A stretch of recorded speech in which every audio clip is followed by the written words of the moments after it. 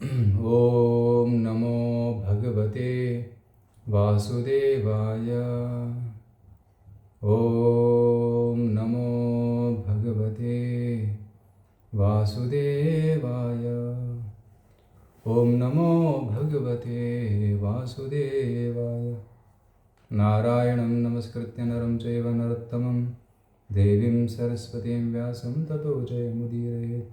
ನಷ್ಟಪ್ರಾಯೇಷು ಅಭದ್ರೇಷು ನಿತ್ಯಂ ಭಾಗವತ ಸೇವಯಾ ಭಗವತಿ ಉತ್ತಮಶ್ಲೋಕೆ ಭಕ್ತಿರ್ಭವತಿ ನೈಷ್ಠಿಕಿ. ಕೃಷ್ಣಾಯ ವಾಸುದೇವಾಯ ದೇವಕೀ ನಂದನಾಯ ಚ ನಂದಗೋಪಕುಮಾರಾಯ ಗೋವಿಂದಾಯ ನಮೋ ನಮಃ. ಹರೇ ಕೃಷ್ಣ. ಇವತ್ತು ನಾವು ಶ್ರೀಮದ್ ಭಾಗವತ ಪುರಾಣ ಸ್ಕಂದ 4 ಅಧ್ಯಾಯ 6 ಶ್ಲೋಕ ಕ್ರಮಾಂಕ 50ರಿಂದ 53 ಈ ಅಧ್ಯಾಯದ ಕೊನೆಯ 4 ಶ್ಲೋಕಗಳನ್ನು ಚರ್ಚೆ ಮಾಡೋಣ. ಸೊ ಆ ಶ್ಲೋಕಗಳು ಈ ರೀತಿ ಇವೆ.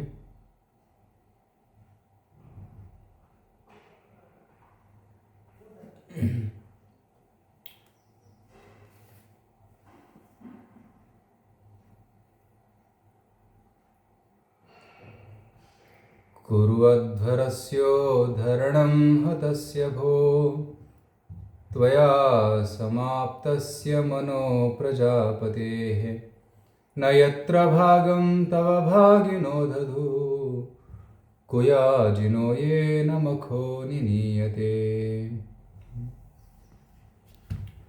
ಅನುವಾದ ಶ್ರೀ ಪ್ರಭುಪಾದರಿಂದ.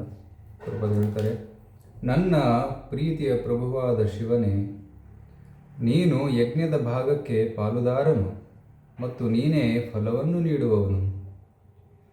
ಅವಿವೇಕಿಗಳಾದ ಋತ್ವಿಜರು ನಿನಗೆ ಹವಿರ್ಭಾಗವನ್ನು ನೀಡದಾರರು. ಅದರಿಂದ ಕುಪಿತನಾಗಿ ನೀನು ಎಲ್ಲವನ್ನೂ ನಾಶ ಮಾಡಿದೆ.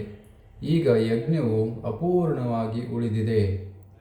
ಸೂಕ್ತ ಕ್ರಮ ಕೈಗೊಂಡು ಈಗ ನಿನ್ನ ಹಕ್ಕಿನ ಹವಿರ್ಭಾಗವನ್ನು ಸ್ವೀಕರಿಸಬೇಕು. 51.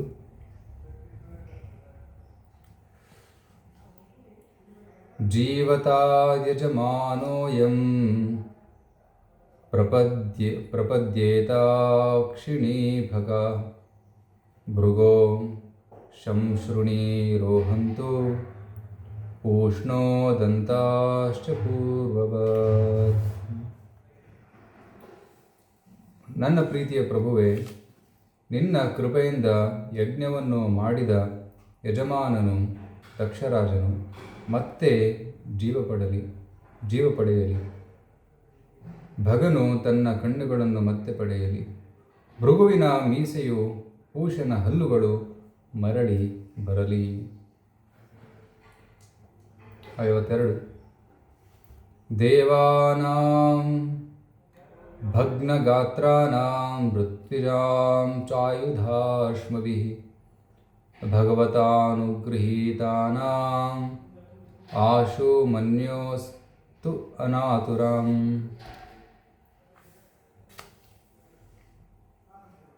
ಪ್ರಭು ಶಿವನೇ, ನಿನ್ನ ಸೈನಿಕರಿಂದ ಅಂಗಾಂಗಗಳನ್ನು ಮುರಿಸಿಕೊಂಡಿರುವ ದೇವತೆಗಳು ಋತ್ವಿಜರು ಈಗ ನಿನ್ನ ಕೃಪೆಯಿಂದ ಅವುಗಳನ್ನು ಮರಳಿ ಪಡೆದುಕೊಳ್ಳಲಿ. 53.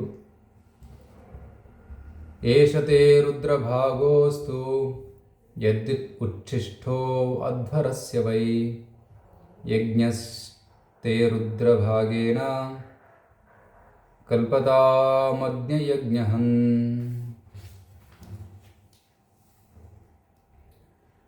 ಯಜ್ಞನಾಶಕನೇ, ದಯವಿಟ್ಟು ಯಜ್ಞದಲ್ಲಿನ ನಿನ್ನ ಭಾಗವನ್ನು ಸ್ವೀಕರಿಸು. ನಿನ್ನ ಕೃಪೆಯಿಂದ ಯಜ್ಞವು ಸಾಂಗವಾಗಿ ಮುಗಿಯುವಂತಾಗಲಿ. ಹರೇ ಕೃಷ್ಣ.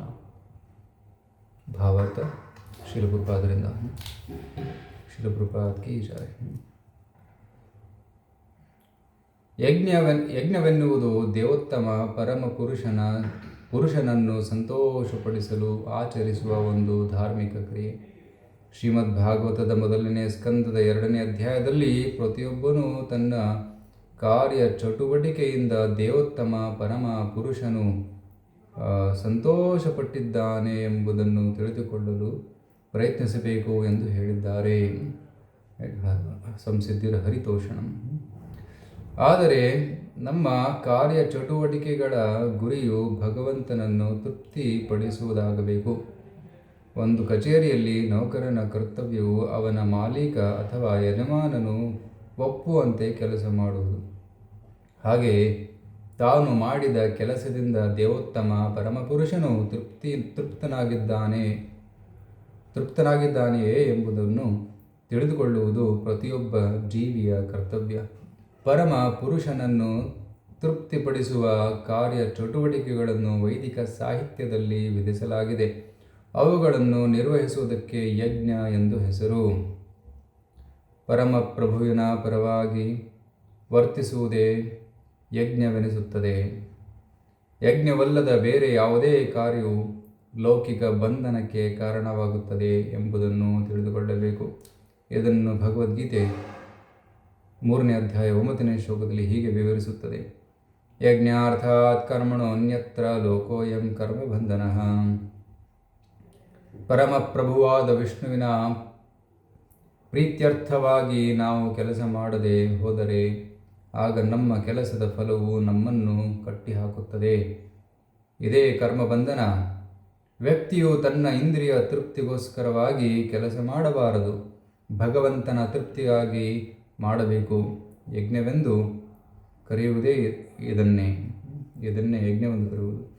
ದಕ್ಷನು ಯಜ್ಞ ಮಾಡಿದ ಮೇಲೆ ದೇವತೆಗಳೆಲ್ಲರೂ ಪ್ರಸಾದವನ್ನು ವಿಷ್ಣುವಿಗೆ ಅರ್ಪಿಸಿದ ನೈವೇದ್ಯದ ಶೇಷಭಾಗವನ್ನು ನಿರೀಕ್ಷಿಸಿದರು. ಶಿವನು ದೇವತೆಗಳಲ್ಲೊಬ್ಬನು.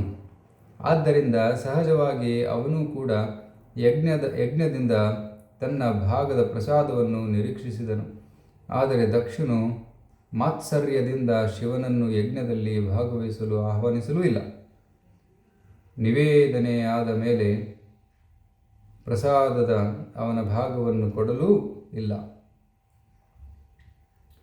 ಶಿವನ ಅನುಚರರು ಯಾಗಮಂಟಪಕ್ಕೆ ನುಗ್ಗಿ ಅದನ್ನು ಧ್ವಂಸಗೊಳಿಸಿದ ಮೇಲೆ ಬ್ರಹ್ಮನು ಬಂದು ಶಿವನನ್ನು ಸಾಂತ್ವನಗೊಳಿಸಿ ಅವನಿಗೆ ಪ್ರಸಾದದ ಅವನ ಪಾಲು ದೊರೆತೇ ತೀರುತ್ತದೆ ಎಂದು ಭರವಸೆ ನೀಡಿದನು. ಆದ್ದರಿಂದ ತನ್ನ ಅನುಚರರು ಮಾಡಿದ ಹಾನಿಯನ್ನೆಲ್ಲ ಸರಿಪಡಿಸಿಕೊಡಬೇಕು ಎಂದು ಶಿವನನ್ನು ಕೋರಲಾಯಿತು. ಭಗವದ್ಗೀತೆಯಲ್ಲಿ ಅಧ್ಯಾಯ 3 11ನೇ ಶ್ಲೋಕದಲ್ಲಿ ಒಬ್ಬ ವ್ಯಕ್ತಿಯು ಯಜ್ಞವನ್ನು ಆಚರಿಸಿದಾಗ ಎಲ್ಲ ದೇವತೆಗಳು ತೃಪ್ತರಾಗುತ್ತಾರೆ ಎಂದು ಹೇಳಲಾಗಿದೆ. ದೇವತೆಗಳು ಯಜ್ಞದಿಂದ ಪ್ರಸಾದವನ್ನು ನಿರೀಕ್ಷಿಸುತ್ತಾರಾದ್ದರಿಂದ ಯಜ್ಞವನ್ನಾಚರಿಸಲೇಬೇಕು. ಇಂದ್ರಿಯ ತೋಷಕವೂ ಲೌಕಿಕವೂ ಆದ ಕಾರ್ಯಗಳಲ್ಲಿ ತೊಡಗಿರುವವರು ಯಜ್ಞವನ್ನು ಮಾಡಲೇಬೇಕು. ಇಲ್ಲವಾದರೆ ಅವರು ಕಷ್ಟಕ್ಕೀಡಾಗುತ್ತಾರೆ. ಹಾಗಾಗಿ ಮಾನವ ಕುಲದ ಪಿತನಾದ ಪ್ರಜಾಪತಿಯಾಗಿ ದಕ್ಷನು ಯಜ್ಞವನ್ನು ಮಾಡಿದನು. ಶಿವನು ಅದರಿಂದ ತನ್ನ ಭಾಗವನ್ನು ನಿರೀಕ್ಷಿಸಿದನು. ಆದರೆ ಶಿವನನ್ನು ಯಜ್ಞಕ್ಕೆ ಆಹ್ವಾನಿಸದೆ ಹೋದದ್ದೇ ಕಷ್ಟ ಪರಂಪರೆಗೆ ಕಾರಣವಾಯಿತು. ಹೇಗೋ ಬ್ರಹ್ಮನ ಮಧ್ಯಸ್ಥಿಕೆಯಿಂದ ಎಲ್ಲವೂ ತೃಪ್ತಿಕರವಾಗಿ ಪರಿಹಾರವಾದಂತಾಯಿತು.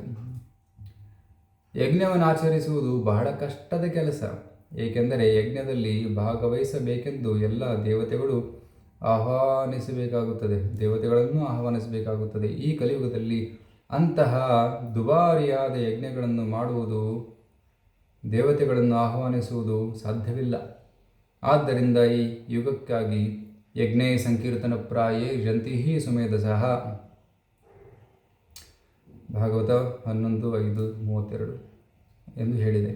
ಈ ಕಲಿಯುಗದಲ್ಲಿ ವೈದಿಕ ಯಜ್ಞಗಳನ್ನು ಆಚರಿಸುವ ಸಾಧ್ಯತೆ ಇಲ್ಲ ಎಂಬುದನ್ನು ಬುದ್ಧಿವಂತರಾದವರು ಅರ್ಥ ಮಾಡಿಕೊಳ್ಳಬೇಕು. ಆದರೆ ದೇವತೆಗಳನ್ನು ತೃಪ್ತಿಪಡಿಸದೆ ಋತುಚಕ್ರಬದ್ಧ ವ್ಯವಹಾರಗಳಾಗಲಿ ಮಳೆಯಾಗಲಿ ಆಗುವುದಿಲ್ಲ. ಅವೆಲ್ಲವನ್ನು ನಿಯಂತ್ರಿಸುವವರು ದೇವತೆಗಳು. ಈ ಪರಿಸ್ಥಿತಿಯಲ್ಲಿ ಸಾಮಾಜಿಕ ಶಾಂತಿ ಸಮೃದ್ಧಿಯ ಸಮತೋಲವನ್ನು ಕಾಪಾಡುವುದಕ್ಕಾಗಿ ವಿವೇಕಿಗಳಾದವರೆಲ್ಲರೂ ಸಂಕೀರ್ತನ ಯಜ್ಞವನ್ನು ಆಚರಿಸಬೇಕು. ಹರೇ ಕೃಷ್ಣ ಕೃಷ್ಣ ಕೃಷ್ಣ ಹರೇ ಹರೇ, ಹರೇ ರಾಮ ರಾಮ ರಾಮ ಹರೇ ಹರೇ ಎಂಬ ಪವಿತ್ರ ನಾಮಾವಳಿಯನ್ನು ಜಪಿಸಬೇಕು. ಜನರನ್ನು ಆಹ್ವಾನಿಸಿ ಹರೇ ಕೃಷ್ಣ ಮಂತ್ರವನ್ನು ಜಪಿಸಿ ಪ್ರಸಾದವನ್ನು ವಿತರಣೆ ಮಾಡಬೇಕು. ಈ ಯಜ್ಞವು ದೇವತೆಗಳೆಲ್ಲರನ್ನೂ ತೃಪ್ತಿಪಡಿಸುತ್ತದೆ. ಜಗತ್ತಿನಲ್ಲಿ ಶಾಂತಿ ಸುಭಿಕ್ಷೆಗಳು ನೆಲೆಸುತ್ತವೆ. ವೈದಿಕ ಆಚರಣೆಯಲ್ಲಿರುವ ಇನ್ನೊಂದು ಕಷ್ಟ ಇದು. ಸಾವಿರಾರು ದೇವತೆಗಳಿದ್ದಾರೆ. ದಕ್ಷನು ಶಿವನಿಗೆ ಮಾಡಿದಂತೆ ಆ ಸಾವಿರಾರು ದೇವತೆಗಳಲ್ಲಿ ಒಬ್ಬ ದೇವತೆಯನ್ನು ತೃಪ್ತಿಪಡಿಸುವುದು ಬಿಟ್ಟು ಹೋದರೆ ಅನರ್ಥವಾಗಿ ಬಿಡುತ್ತದೆ. ಈ ಯುಗದಲ್ಲಿ ಯಜ್ಞದ ಆಚರಣೆಯನ್ನು ಸರಳಪಡಿಸಲಾಗಿದೆ. ಹರೇ ಕೃಷ್ಣ ಮಹಾಮಂತ್ರವನ್ನು ಜಪಿಸಿ ಭಗವಾನ್ ಕೃಷ್ಣನನ್ನು ಮೆಚ್ಚಿಸುವುದರ ಮೂಲಕ ಸಕಲ ದೇವತೆಗಳನ್ನು ತೃಪ್ತಪಡಿಸಿದಂತಾಗುತ್ತದೆ.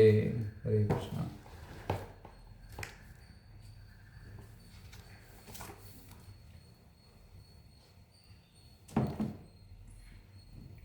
ಓಂ ಅಜ್ಞಾನತಿಮಿರಾಂಧಸ್ಯ ಜ್ಞಾನಾಂಜನಶಲಾಖಯ ಚಕ್ಷುರುನ್ಮೀಲಿತಂ ಯೇನ ತಸ್ಮೈ ಶ್ರೀ ಗುರುವೇ ನಮಃ.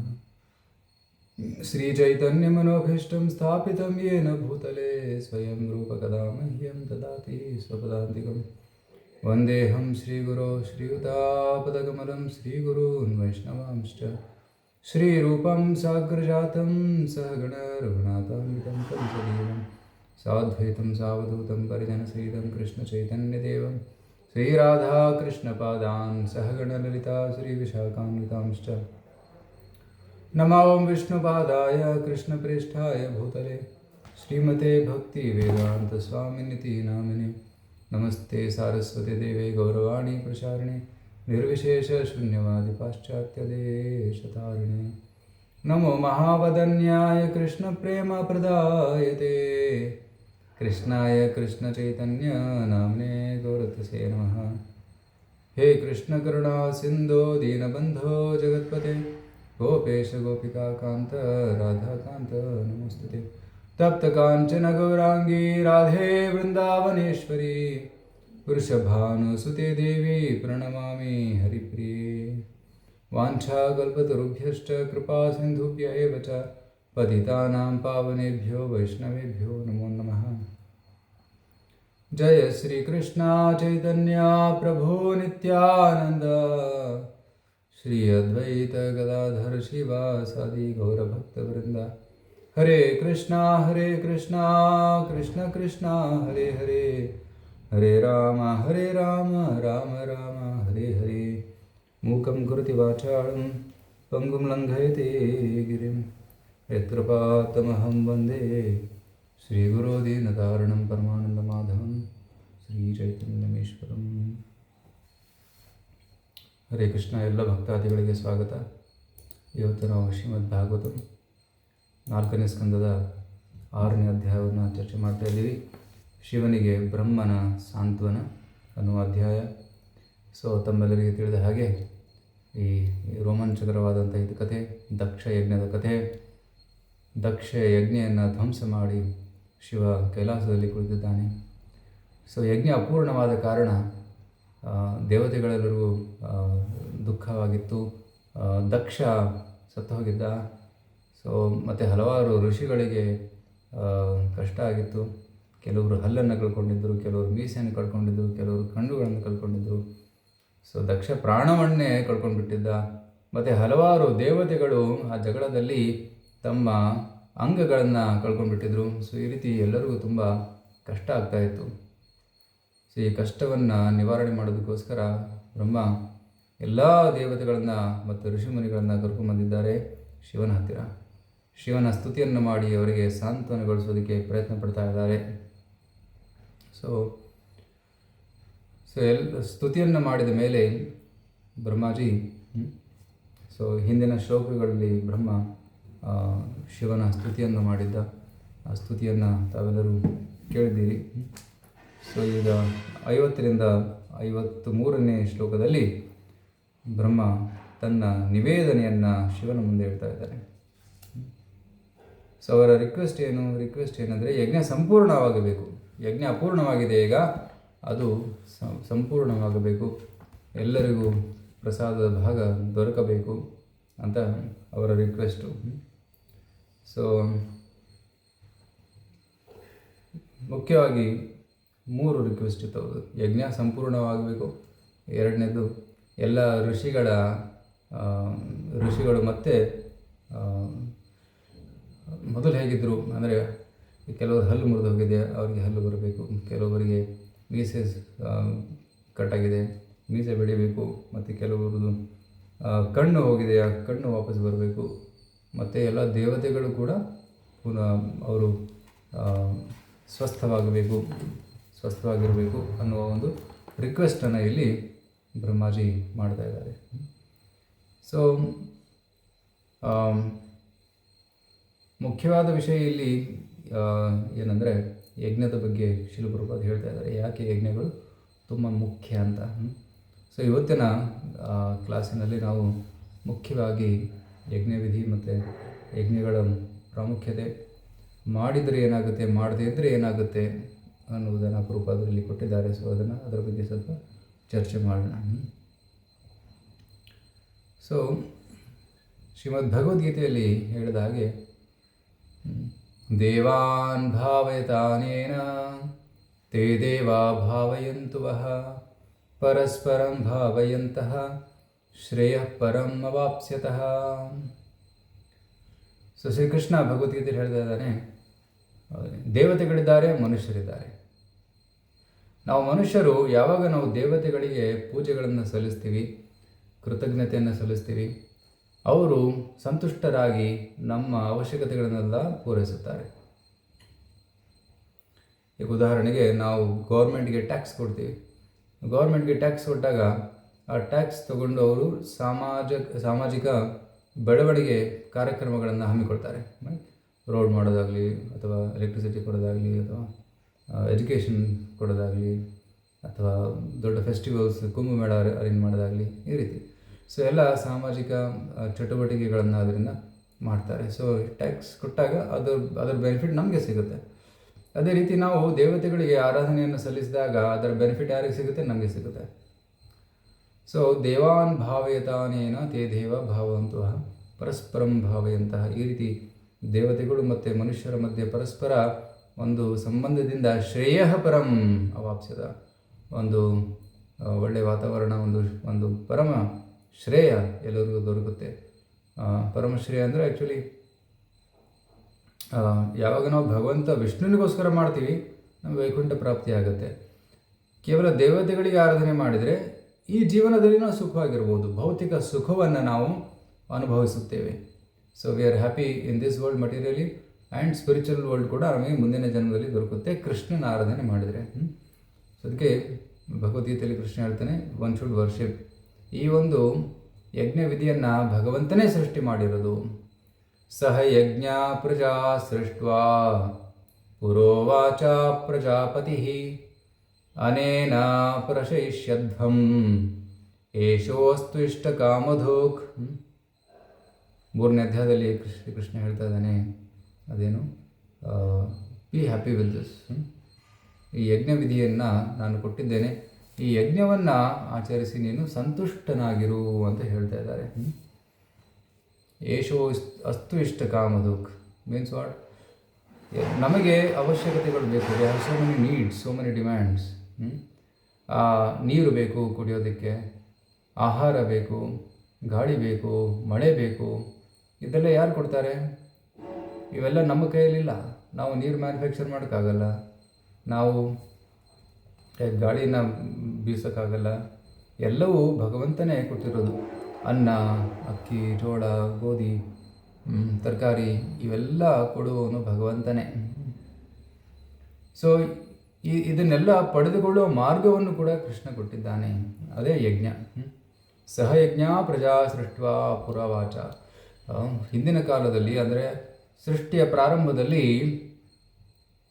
ನಮ್ಮನ್ನೆಲ್ಲ ಸೃಷ್ಟಿ ಮಾಡಿದಾಗ ಇದರ ಜೊತೆ ಯಜ್ಞವನ್ನು ಕೂಡ ಸೃಷ್ಟಿ ಮಾಡಿದ. ಸಹಯಜ್ಞಾ ಪ್ರಜಾ ಸೃಷ್ಟ, ಪ್ರಜೆಗಳನ್ನು ಸೃಷ್ಟಿ ಮಾಡುವಾಗ ಯಜ್ಞಗಳ ವಿಧಿಯನ್ನು ಕೂಡ ಸೃಷ್ಟಿ ಮಾಡಿದರು. ಪೂರ್ವವಾಚ ಪ್ರಜಾಪತಿ, ರೈಟ್. ಈ ಸೃಷ್ಟಿ ಮಾಡಿದ ಮೇಲೆ ಪ್ರಜಾಪತಿ ಎಲ್ಲರಿಗೂ, ಎಲ್ಲ ಪ್ರಜೆಗಳಿಗೆ ಏನು ಹೇಳಿದ? ಅನೇನ ಪ್ರಶಯಿಷ್ಯಧ್ವಂ, ಈ ಯಜ್ಞಗಳಿಂದ ನೀವು ಸುಖವಾಗಿರಿ, ನೀವು ನಿಮ್ಮ ವೃದ್ಧಿಯಾಗಲಿ. ಪ್ರಸವಿಷ್ಯಧ್ವಂ ಏಷೋ ಅಸ್ತು ಇಷ್ಟ ಕಾಮಧುಕ್, ಮತ್ತು ಈ ಯಜ್ಞಗಳಿಂದ ನಿಮ್ಮ ಎಲ್ಲ ಇಚ್ಛೆಗಳು ಪೂರ್ಣವಾಗಲಿ ಅಂತ ವರವನ್ನು ಕೊಡ್ತಾನೆ. So very very important process. Even Brahma ಸೃಷ್ಟಿಯ ಪ್ರಾರಂಭದಲ್ಲಿ ಬ್ರಹ್ಮನಿಗೇನು ಗೊತ್ತಿರಲಿಲ್ಲ ನಾನು ಏನು ಮಾಡಬೇಕು ಅಂತ. ಆಗ ಭಗವಂತ ಹೇಳ್ತಾನೆ ತಪ ತಪ ತಪ. ಆ ತಪ ಶಬ್ದವನ್ನು ಕೇಳಿ ತಪಸ್ಸನ್ನು ಮಾಡಿದಾಗ ಬ್ರಹ್ಮದೇವರಿಗೆ ದಿವ್ಯ ಜ್ಞಾನ ದೊರಕುತ್ತೆ. ಆ ಜ್ಞಾನದಲ್ಲಿ ಏನಿದೆ, ಭಗವಂತನನ್ನು ಸಂತುಷ್ಟಿಗೊಳಿಸಬೇಕು, ಯಜ್ಞದಿಂದ ಸಂತುಷ್ಟಿಗೊಳಿಸಬೇಕು ಅಂತ ಗೊತ್ತಾದಾಗ ಬ್ರಹ್ಮಾಜಿ ಪ್ರಥಮ ಯಜ್ಞವನ್ನು ಮಾಡ್ತಾರೆ. ಪುರುಷ ಸೂಕ್ತವನ್ನು ಹಾಡುತ್ತಾ ಯಜ್ಞವನ್ನು ಸಂಪನ್ನಗೊಳಿಸ್ತಾರೆ. ಭಗವಂತ ಸೃಷ್ಟಿ ಮಾಡಿರುವ ಎಲ್ಲ ಸಾಮಗ್ರಿಗಳನ್ನು ಸಂಗ್ರಹಿಸಿ ಅದರಿಂದ ಭಗವಂತನ ಪೂಜೆಯನ್ನು ಮಾಡ್ತಾನೆ. ಸೊ ಇದೇ ಯಜ್ಞವಿಧಿ. ಸೊ ಭಗವಂತನನ್ನು ಸಂತುಷ್ಟಗೊಳಿಸುವಂತಹ ಒಂದು ಮಾರ್ಗವಿದು. ಯಜ್ಞ ಅಂದರೇನು? ಎಲ್ಲವನ್ನು ಭಗವಂತನಿಗೆ ಸಮರ್ಪಣೆ ಮಾಡುವುದು, ಭಕ್ತಿ ಭಾವದಿಂದ ಭಗವಂತನಿಗೆ ಅರ್ಪಿಸುವುದು. ಭಗವಂತನಿಗೆ ಅರ್ಪಿಸಿದಾಗ ಅದು ಪ್ರಸಾದವಾಗುತ್ತೆ. ಎಲ್ಲ ಭಗವಂತನೇ ಕೊಟ್ಟಿದ್ದಾನೆ. ಸೊ ಅದನ್ನು ನಾವು ಮತ್ತೆ ಭಗವಂತನಿಗೆ ಅರ್ಪಿಸಬೇಕು. ಅದನ್ನು ಅರ್ಪಿಸಿ ನಾವು ಉಪಯೋಗಿಸಿದಾಗ ಅದು ಪ್ರಸಾದವಾಗುತ್ತೆ. ಇಲ್ಲಾಂದರೆ ಅದು ಕರ್ಮ ಬಂಧನಕ್ಕೆ ಕಾರಣವಾಗುತ್ತೆ. ಮುಂದಿನ ಶ್ಲೋಕದಲ್ಲಿ ಶ್ರೀಕೃಷ್ಣ ಹೇಳ್ತಾನೆ, ಯಾರು ದೇವತೆಗಳಿಂದ ಪಡೆದಂತಹ ಈ ವರಗಳನ್ನು ಅವರಿಗೆ ಅರ್ಪಿಸದೇ ಭೋಗಿಸುತ್ತಾರೋ ಅವರು ಕಳ್ಳರು. ಇಷ್ಟಾನ್ ಭೋಗಾನ್ ಇವೋ ದೇವಾ ದಾಸ್ಯಂತೆ ಯಜ್ಞ ಭಾವಿತಾ ತೈರ್ದತ್ತಾನ ಪ್ರದಾಯೇಭ್ಯೋ ಯೋ ಭುಂಕ್ತೆ ಸ್ಥೇನ ಏವ ಸಹ. ಕಳ್ಳರು. ಯಾರು ಕಳ್ಳರು? ಭಗವಂತ ನಮಗೆ ಕೊಟ್ಟಂತಹ ಸಾಮಗ್ರಿಗಳನ್ನು ಭಗವಂತನಿಗೆ ಅರ್ಪಿಸದೆ ಉಪಯೋಗಿಸಿದಾಗ ನಾವು ಕಳ್ಳರಾಗ್ತೀವಿ. ಭಗವಂತನ ಪರ್ಮಿಷನ್ ತಗೊಂಡು ಉಪಯೋಗಿಸಬೇಕು. ಈಗ ಮನೆ ಕಟ್ಟು ಮುಂಚೆ ಭೂಮಿಯನ್ನು ಖರೀದಿಸ್ತಾರೆ ಜನ. ಖರೀದಿಸಿದಾಗ ಭೂಮಿ ಪೂಜೆ ಮಾಡಿ ಮನೆ ಕಟ್ಟಬೇಕು. ಅನುಮತಿ ತಗೋಬೇಕು ಭೂತಾಯಿಯಿಂದ. ತಾಯಿ, ಇದು ನಿನ್ನ ನೆಲ, ಇದು ನಿನ್ನ ದೇಹ, ನನಗಿರೋದಕ್ಕೆ ಸ್ವಲ್ಪ ಜಾಗ ಬೇಕು, ನಾನು ಮನೆ ಕಟ್ಕೋಬೋದಾ ಅಂತ ಪರ್ಮಿಷನ್ ತಗೊಂಡು, ಮತ್ತು ಅಲ್ಲಿ ಇರುವಂತಹ ದೇವತೆಗಳ ಪರ್ಮಿಷನ್ ತಗೊಂಡು, ಮತ್ತು ಭಗವಂತನನ್ನು ಸ್ಥಾಪಿಸಿ ಆಹ್ವಾನಿಸಿ ನಂತರ ಮನೆಯನ್ನು ಕಟ್ಟಬೇಕು. ಕಡೆ ಬುಡದಲ್ಲಿ ಅನಂತ ಶೇಷನನ್ನು ಕೂಡ ಇಡ್ತಾರೆ, ರೈಟ್. ಸೊ ಈ ರೀತಿ ಪೂಜೆ ಮಾಡಿ ಪರ್ಮಿಷನ್ ತಗೊಂಡು ನಂತರ ನಾವು ಕೆಲಸವನ್ನು ಮಾಡಬೇಕು. ನಮಗೆ ಬೇಕಾಗಿದ್ದನ್ನು ಸ್ವೀಕರಿಸಬೇಕು.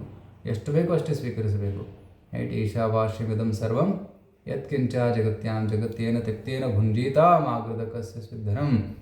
ನಮಗೆ ಎಷ್ಟು ಬೇಕೋ ಅಷ್ಟು ಮಾತ್ರ ಸ್ವೀಕರಿಸಬೇಕು, ಹೆಚ್ಚು ಸ್ವೀಕರಿಸಬಾರದು. ನಮಗಿರೋದಕ್ಕೆ ಎಷ್ಟು ಜಾಗ ಬೇಕೋ ಅಷ್ಟೇ ತಗೋಬೇಕು, ಅಷ್ಟೇ ಇಟ್ಕೋಬೇಕು.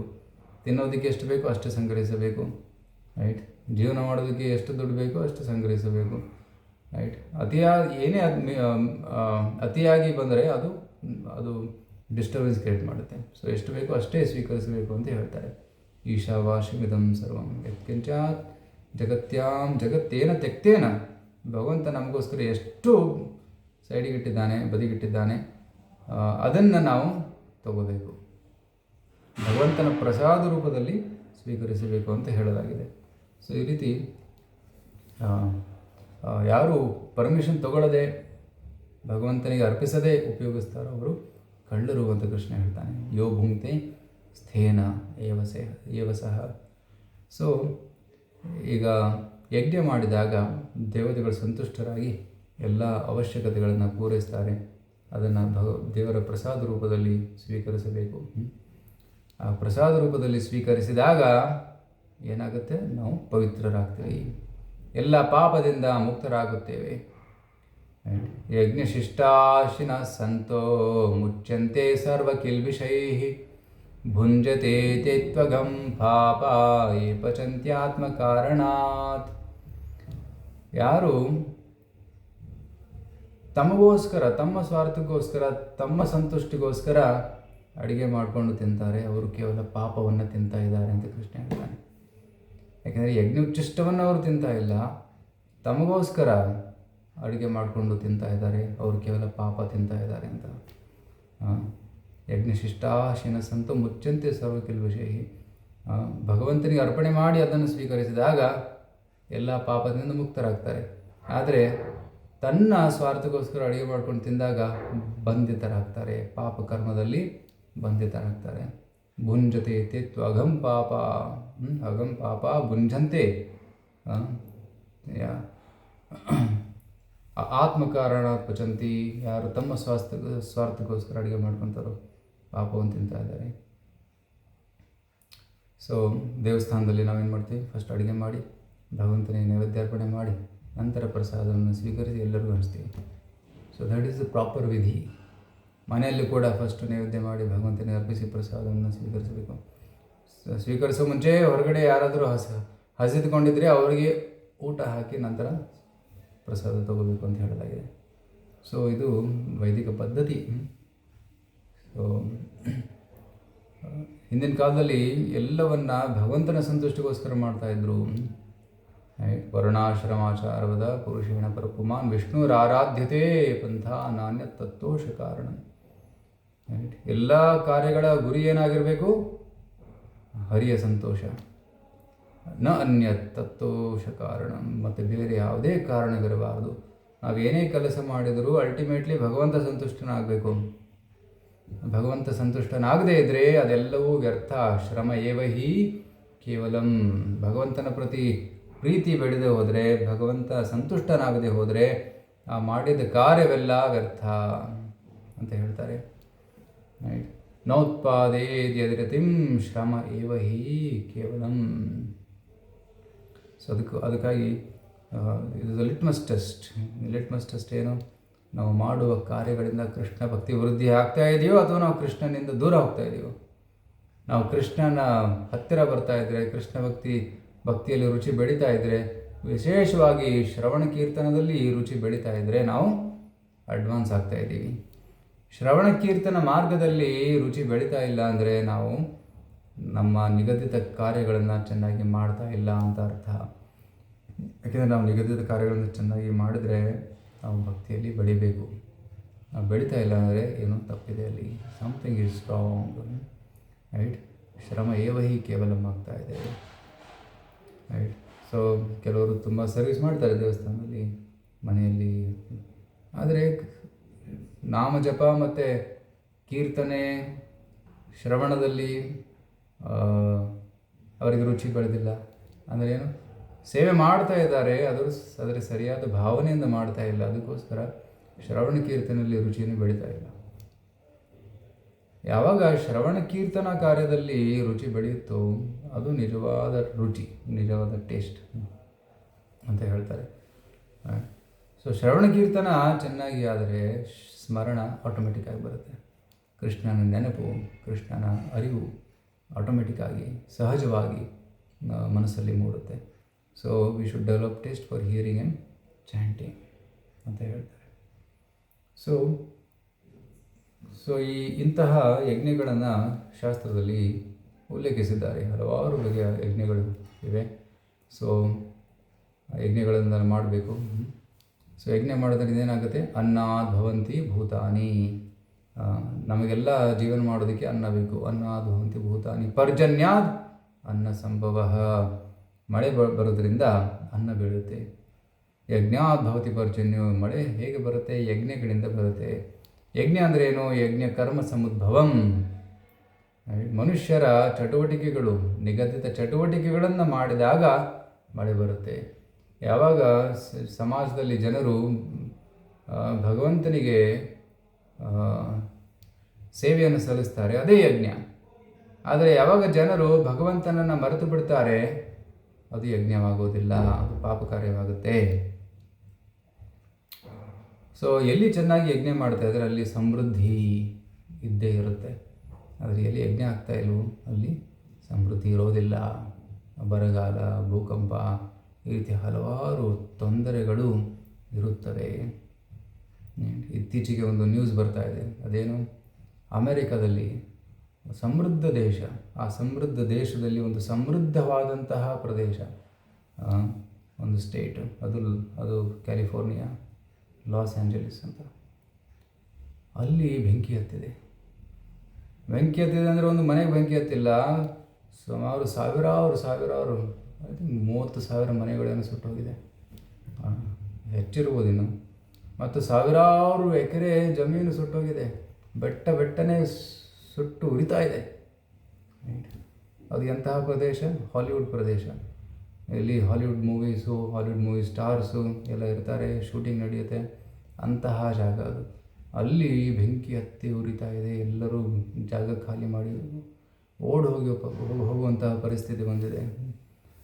ಎಷ್ಟೋ ಸಾವಿರಾರು ಕೋಟಿ ರೂಪಾಯಿಯಷ್ಟು ಹಾನಿಯಾಗಿದೆ.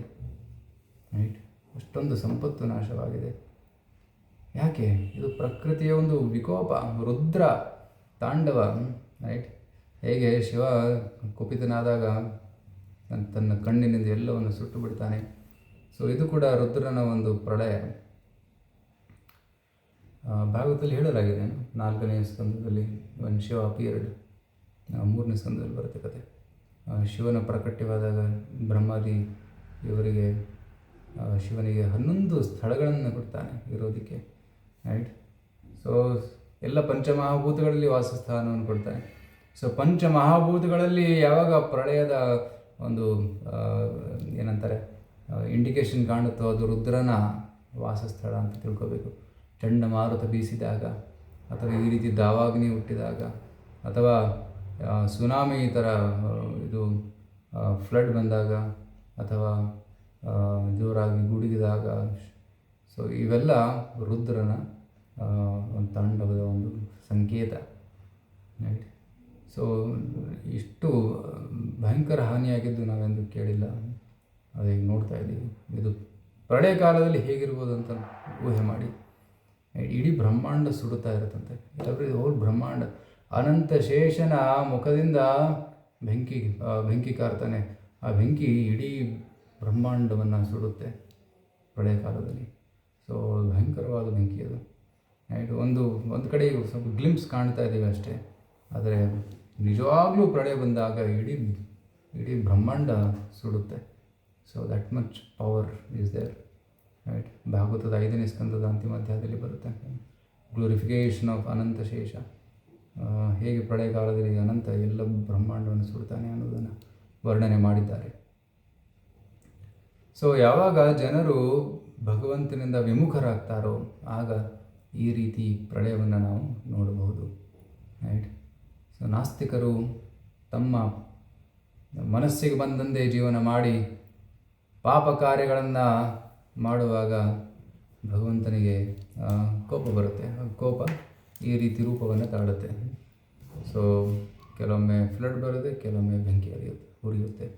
ಆದರೆ ಎಲ್ಲಿ ಭಕ್ತರು ಭಕ್ತಿ ಸೇವೆಯನ್ನು ಮಾಡ್ತಾ ಇರ್ತಾರೆ, ಭಗವಂತನನ್ನು ಸಂತುಷ್ಟಗೊಳಿಸೋದಕ್ಕೆ ಪ್ರಯತ್ನ ಪಡ್ತಾರೆ, ಅಲ್ಲಿ ಸಮೃದ್ಧಿ, ಶಾಂತಿ, ನೆಮ್ಮದಿ ಎಲ್ಲವೂ ಇರುತ್ತೆ. ನೇಯಂ ಶೋಭಿಷ್ಯತೆ ತತ್ರ ಯಥೇದಾನಿಂ ಗದಾಧರ ತ್ವತ್ಪದೇರಂಕಿತಾ ಭಾತಿ ಸ್ವಲಕ್ಷಣ ವಿಲಕ್ಷಿತೈ. ಯಾವಾಗ ಕೃಷ್ಣ ಬೃಂದಾವನದ ನೆಲದ ಮೇಲೆ, ಭೂಮಿ ಮೇಲೆ ಓಡಾಡ್ತಾ ಇದ್ದ, ಅಲ್ಲಿ ಸಮೃದ್ಧಿ ಇತ್ತು. ರೈಟ್, ಸೊ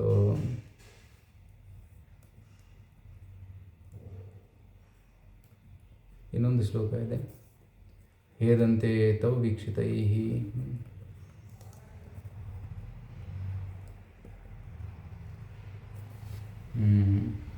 ಇಮೇ ಜನಪದ ಸ್ವೃದ್ಧಾ ಸುಪಕ್ವೌಷಧಿ ವೀರುದಃ ವನಾದ್ರಿ ನದ್ಯುದನ್ವಂತೋ ಹೇದಂತೆ ತವ ವೀಕ್ಷಿತೈ. ಯುಧಿಷ್ಠಿರ ಮಹಾರಾಜನ ಸಾಮ್ರಾಜ್ಯದಲ್ಲಿ ಎಲ್ಲವೂ ಸಮೃದ್ಧವಾಗಿತ್ತು, ಭೂಮಿ ಸಮೃದ್ಧವಾಗಿತ್ತು, ಕಾಡುಗಳು, ಜಲಪಾತಗಳು, ನೀರುಗಳು, ಸರೋವರಗಳು, ಎಲ್ಲ ಕಡೆ ಸಮೃದ್ಧಿಯನ್ನು ಕಾಣಬಹುದಾಗಿತ್ತು. ಯಾಕೆ? ಭಗವಂತ ತನ್ನ ದೃಷ್ಟಿಪಾತವನ್ನು ಮಾಡಿದ್ದ. ಇಮೇ ಜನಪದ, ಊರು ನಗರಗಳು, ಸುವೃದ್ಧ, ತುಂಬ ಫ್ಲರಿಶಿಂಗ್. ಸುಪಕ ಔಷಧಿ ವೀರುದ, ಪ್ರಕೃತಿ ಮತ್ತು ಗಿಡಗಳು, ಮರಗಳು, ವನ, ಅದ್ರಿ, ಕಾಡುಗಳು, ಪರ್ವತಗಳು, ನದಿ ಉದನ್ನುವಂತಹ ನದಿಗಳು ಮತ್ತು ಜಲಪಾತಗಳು ಮತ್ತು ಅಷ್ಟೇ ಅಲ್ಲ, ಸಮುದ್ರ ಎಲ್ಲವೂ ಸಮೃದ್ಧವಾಗಿತ್ತು. ಯಾಕೆ? ಹಿ ಏದಂತೆ ತವ ವೀಕ್ಷಿತೈ, ಯಾಕೆಂದರೆ ಭಗವಂತ ತನ್ನ ದೃಷ್ಟಿಪಾತವನ್ನು ಮಾಡ್ತಾ ಇದೆ ಎಲ್ಲ ಕಡೆ. ಸೊ ಭಗವಂತ ಎಲ್ಲಿ ನೋಡ್ತಾನೋ ಅಲ್ಲಿ ಸಮೃದ್ಧಿ ಬೆಳೆಯುತ್ತೆ. ಎಲ್ಲಿ ತನ್ನ ಕೃಪಾಕಟಾಕ್ಷವನ್ನು ತೋರಿಸ್ತಾನೆ ಅಲ್ಲಿ ಸಮೃದ್ಧಿ ಇರುತ್ತೆ ಅಂತ ಕುಂತಿ ಮಹಾರಾಣಿ ಹೇಳ್ತಾ ಇದ್ದಾಳೆ. ಯುಧಿಷ್ಠಿರ ಮಹಾರಾಜನ ಕಾಲದಲ್ಲಿ ಎಷ್ಟು ಸಮೃದ್ಧಿ ಇತ್ತಂದರೆ ಅಲ್ಲಿ ಹಸುಗಳು ಹಾಲು ಕರೆಯದೇ ಹಾಲು ಚೆಲ್ತಾ ಇದ್ವು. ಅಂದರೆ ಅವರ ಸ್ತನಗಳಿಂದ ಹಾಲು ಉಕ್ಕಿ ಕೆಳಗಡೆ ಬೀಳ್ತಾ ಇತ್ತು. ಹೇಗೆ? ನಡ್ಕೊಂಡು ಹೋದಾಗ ಅವರು ತುಂಬ ಸಂತುಷ್ಟರಾಗಿದ್ದರು. ಹಸಿರು ಹುಲ್ಲನ್ನು ತಿಂತಾಯಿದ್ರು. ಎಷ್ಟು ಆನಂದಭರಿತವಾಗಿದ್ದರು ಅಂದರೆ ಅವರು ನಡೆಯುತ್ತಾ ಅವರ ಸ್ತನಗಳಿಂದ ಹಾಲು ಕೆಳಗಡೆ ಬೀಳ್ತಾ ಇತ್ತು. ಅದೆಲ್ಲ ಕೆಸರಾಗ್ತಾ ಇತ್ತು. ಅಷ್ಟು ಸಮೃದ್ಧಿ ಇತ್ತಂತೆ ಆಗಿನ ಕಾಲದಲ್ಲಿ.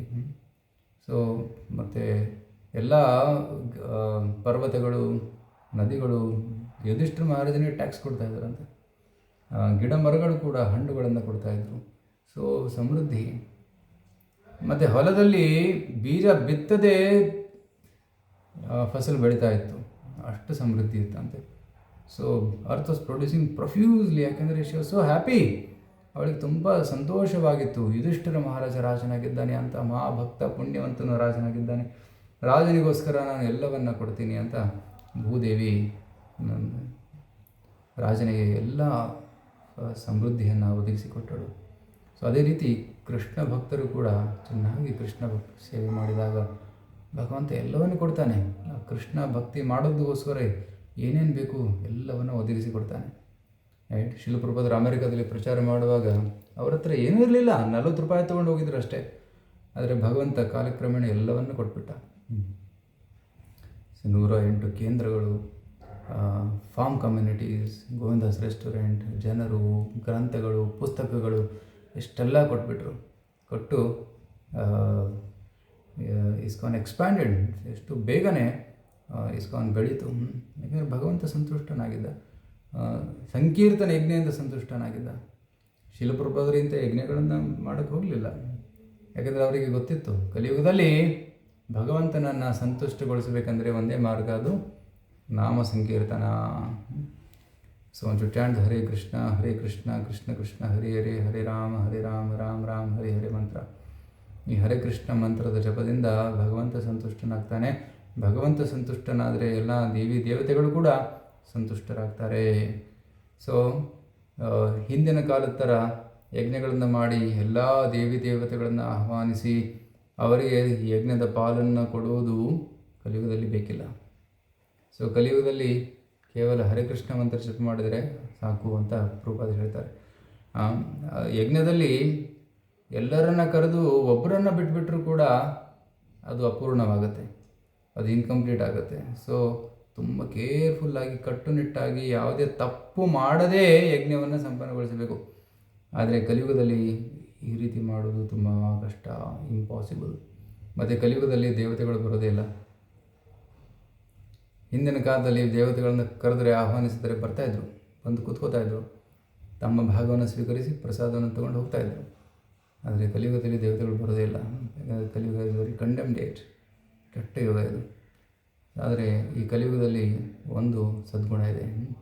ಕಲೇರ್ದೋಷನಿದೆ ರಾಜನ್ ಅಸ್ತಿ ಹೇಕೋ ಮಹಾನ್ ಗುಣ, ಕೀರ್ತನಾದೇವ ಕೃಷ್ಣಸ್ಯ ಮುಕ್ತ ಸಂಗ ಪರಂ ವ್ರಜೇತ್.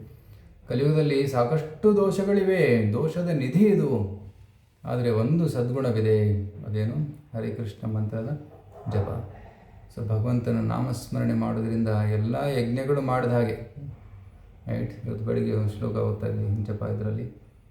ಅದೇನೆಂದರೆ, ಯಾರು ಭಗವಂತನ ನಾಮಸ್ಮರಣೆ ಮಾಡ್ತಾ ಇದ್ದಾರೆ ಅವರೆಲ್ಲ ಎಲ್ಲ ಶುಭ ಕಾರ್ಯಗಳನ್ನು ಮಾಡಿದ್ದಾರೆ, ಎಲ್ಲ ಯಜ್ಞಗಳನ್ನು ಮಾಡಿದ್ದಾರೆ, ಎಲ್ಲ ತೀರ್ಥ ಸ್ಥಳಗಳಲ್ಲಿ ಸ್ನಾನ ಮಾಡ್ಕೊಂಡು ಬಂದಿದ್ದಾರೆ, ಎಲ್ಲ ಯೋಗ ಸಾಧನೆ ತಪಸ್ಸನ್ನು ಮಾಡಿದ್ದಾರೆ. ತೇ ಪುಸ್ತೆ ಜೂ ಸಶ್ನುರಾರ್ಯ ಬ್ರಹ್ಮಾನುಚೂರ್ ನಾಮ ಗೃಣಂತಿ ತೇ. ಯಾರು ಭಗವಂತನ ನಾಮ ಉಚ್ಚಾರಣೆ ಮಾಡ್ತಾ ಇದ್ದಾರೆ ಅವರು ಎಲ್ಲವನ್ನ ಮಾಡಿ ಬಂದಿದ್ದಾರೆ ಅಂತ ಅರ್ಥ. ಮತ್ತೆ ಮಾಡಬೇಕಾಗಿಲ್ಲ. ಯಾರಾದರೂ PhD ಮಾಡಿದರೆ ಅವರು ಆಲ್ರೆಡಿ ಗ್ರ್ಯಾಜುಯೇಷನ್ ಮಾಡಿದ್ದಾರೆ ಅಂತ ಅರ್ಥ. ಮತ್ತೆ ಅವರು ಗ್ರ್ಯಾಜುಯೇಟ್ ಸ್ಕೂಲಿಗೆ ಹೋಗ್ಬೇಕಂತ ಇಲ್ಲ, ಯಾಕಂದರೆ ಆಲ್ರೆಡಿ PhD ಮಾಡ್ತಾ ಇದ್ದಾರೆ. ಅದೇ ರೀತಿ ಯಾರು ಹರಿಕೃಷ್ಣ ಜಪ ಮಾಡ್ತಾ ಇದ್ದಾರೆ ಅವರು ಮತ್ತೆ ಯೋಗ ಯಜ್ಞ ಅದನ್ನೆಲ್ಲ ಮಾಡಬೇಕಂತ ಇಲ್ಲ, ಜ್ಞಾನ ಮಾರ್ಗವನ್ನು ಮಾಡಬೇಕಂತ ಇಲ್ಲ. ಕೇವಲ ಹರಿಕೃಷ್ಣ ಮಂತ್ರ ಹೇಳ್ತಾ ಹೋದರೆ ಸಾಕು. ಭಗವಂತನ ನಾಮ ಸಂಕೀರ್ತನೆ ಶ್ರೇಷ್ಠವಾದಂತಹ ಒಂದು ಮಾರ್ಗ. ಈ ಶ್ರೇಷ್ಠ ಮಾರ್ಗವನ್ನು ಯಾರು ಆಲ್ರೆಡಿ ಪಾಲಿಸ್ತಾ ಇದ್ದಾರೆ ಅವರು ಬೇರೆ ವಿಧಿಗಳನ್ನು ಆಚರಿಸಬೇಕಂತ ಇಲ್ಲ. ಇದು ಒಂದೇ ಸಾಕು. ಹರೇರ್ನಾಮ ಹರೇರ್ನಾಮ ಹರೇರ್ನಾಮೈವ ಕೇವಲಂ ಖಲು ನಾಸ್ತ್ಯೇವ ನಾಸ್ತ್ಯೇವ ನಾಸ್ತ್ಯೇವ ಗತಿರನ್ಯತಃ. ಇದರ ಅರ್ಥ ಏನು? ಕಲಿಯುಗದಲ್ಲಿ ಕೇವಲ ಹರಿನಾಮ ಕೇವಲ ಹರಿನಾಮ ಕೇವಲ ಹರಿನಾಮವೇ ಸಾಕು. ಕಲಿಯುಗದಲ್ಲಿ ಖಲು ನಾಸ್ತಿಯೇವ ನಾಸ್ತಿಯೇವ ನಾಸ್ತಿಯೇವ 3 ಸಲ ಹೇಳಿದ್ದಾರೆ. ಅದೇನು ಅದರ ಅರ್ಥ? ಕರ್ಮಕಾಂಡ ಬೇಡ, ಜ್ಞಾನಕಾಂಡ ಬೇಡ, ಯೋಗ ಬೇಡ, ನಾಟ್ ರಿಕ್ವೈರ್ಡ್. ಇವೆಲ್ಲ ಬೇಕಿಲ್ಲ.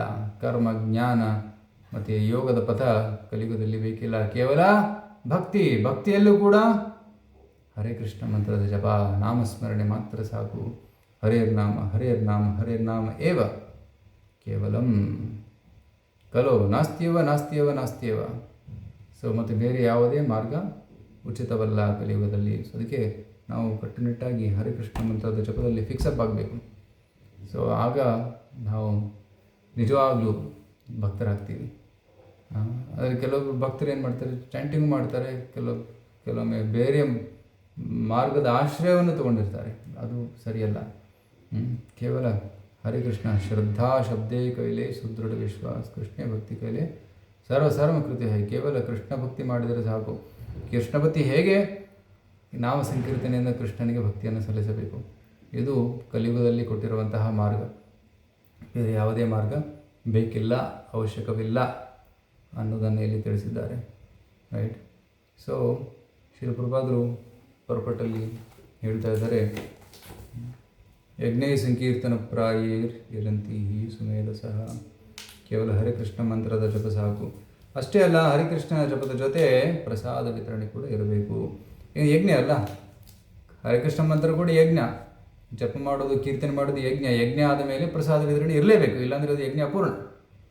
ಅದಕ್ಕೆ ಕೀರ್ತನೆ ಜೊತೆ ಪ್ರಸಾದ ಕೂಡ ಇರಲೇಬೇಕು. ಸೊ ಮನೆಯಲ್ಲಿ ಕೀರ್ತನೆ ಮಾಡಿದರೆ ಕೀರ್ತನೆ ಅಂತ ಪ್ರಸಾದ ಕೊಡಿ. ದೊನ್ನೆ ಪ್ರಸಾದ ಕೊಟ್ಟರೆ ಸಾಕು. ಏನಾದರೂ ಕೊಡಲೇಬೇಕು, ಆವಾಗ ಯಜ್ಞ ಕಂಪ್ಲೀಟ್ ಆಗುತ್ತೆ. ಯಜ್ಞ ನಂತರ ದಾನ ಅಂದರೆ ಪ್ರಸಾದ ಕೊಡಬೇಕು. ನಂತರ ಟೆಂಪಲಲ್ಲೂ ಕೂಡ ಕೀರ್ತನೆ ಮತ್ತು ಹೊರಗಡೆ ಹೋಗುವ ಪ್ರಸಾದ. ಸೊ ಪ್ರಸಾದ ಇರಲೇಬೇಕು.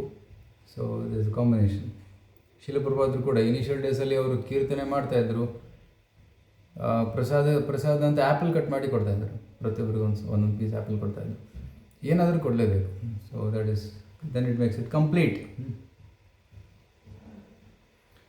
ಈ ಯಜ್ಞವು ದೇವತೆಗಳೆಲ್ಲರನ್ನೂ ತೃಪ್ತಪಡಿಸುತ್ತದೆ. ಈವನ್ ದೇವತಾಸ್ are satisfied by this kind of yajna. So ಅದಕ್ಕೆ ಸಂಕೀರ್ತನ ಯಜ್ಞ ಕಲಿಯುಗದಲ್ಲಿ ಅತಿ ಉಚಿತವಾದಂತಹ ಒಂದು ಯಜ್ಞವಿಧಿಯಾಗಿದೆ. ಜಗತ್ತಿನಲ್ಲಿ ಶಾಂತಿ ಸುಭಿಕ್ಷೆಗಳು ನೆಲೆಸುತ್ತವೆ. ಸೊ ಯಾವಾಗ ಜನರು ದೇವರಿಂದ ದೂರ ಹೋಗ್ತಾರೋ ಅಲ್ಲಿ ಕೊರತೆ ಇರುತ್ತೆ, ತೊಂದರೆಗಳಿರ್ತವೆ. ಆದರೆ ಯಾವಾಗ ಭಗವಂತನ ಕಡೆ ತಿರುಗ್ತಾರೆ, ಭಗವಂತನ ಸೇವೆಯಲ್ಲಿ ತೊಡಗ್ತಾರೆ, ಅವಾಗ ಶಾಂತಿ ಸಮೃದ್ಧಿ ಇರುತ್ತೆ. ಲಾಸ್ ಏಂಜಲೀಸಲ್ಲಿ ಅಲ್ಲಿ ಯಜ್ಞ ಮಾಡಬೇಕು, ಕೀರ್ತನೆ ಮಾಡಬೇಕು, ಅವ್ರಿಗೋಸ್ಕರ ಪ್ರಾರ್ಥನೆ ಮಾಡಬೇಕು. ಆಗ ಮಳೆ ಬಂದರೆ ಈಗ ನೋಡಿ, ಸಂಸಾರ ದಾವಾ ನಲಲೀಢ ಲೋಕ, ಈ ಜಗತ್ತಿಗೆ ದಾವಾನಲ ಅಂತ ಹೇಳಿದ್ದಾರೆ.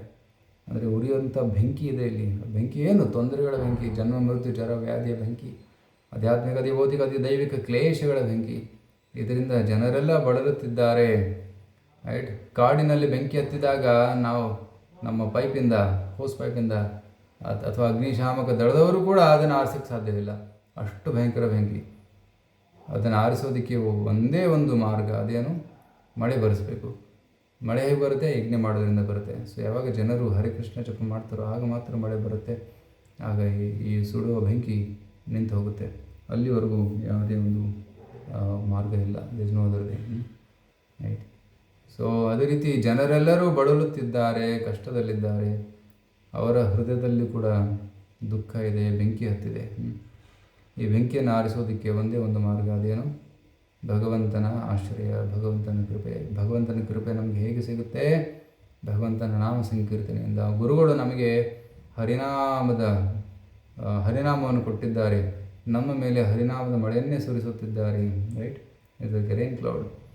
ಪ್ರಾಪ್ತಸ್ಯ ಕಲ್ಯಾಣ ಗುಣಾರ್ಣವಸ್ಯ ವಂದೇ ಗುರು ಶ್ರೀ ಚರಣರವಿಂದಂ. ಕೃಷ್ಣನ ಕರುಣಾಸಾಗರದಿಂದ ಮೋಡಗಳು ಸ್ವಲ್ಪ ನೀರನ್ನು ತಂದು ನಮ್ಮ ಮೇಲೆ ಸುರಿಯುತ್ತಾರೆ. ಆ ಮೋಡಗಳು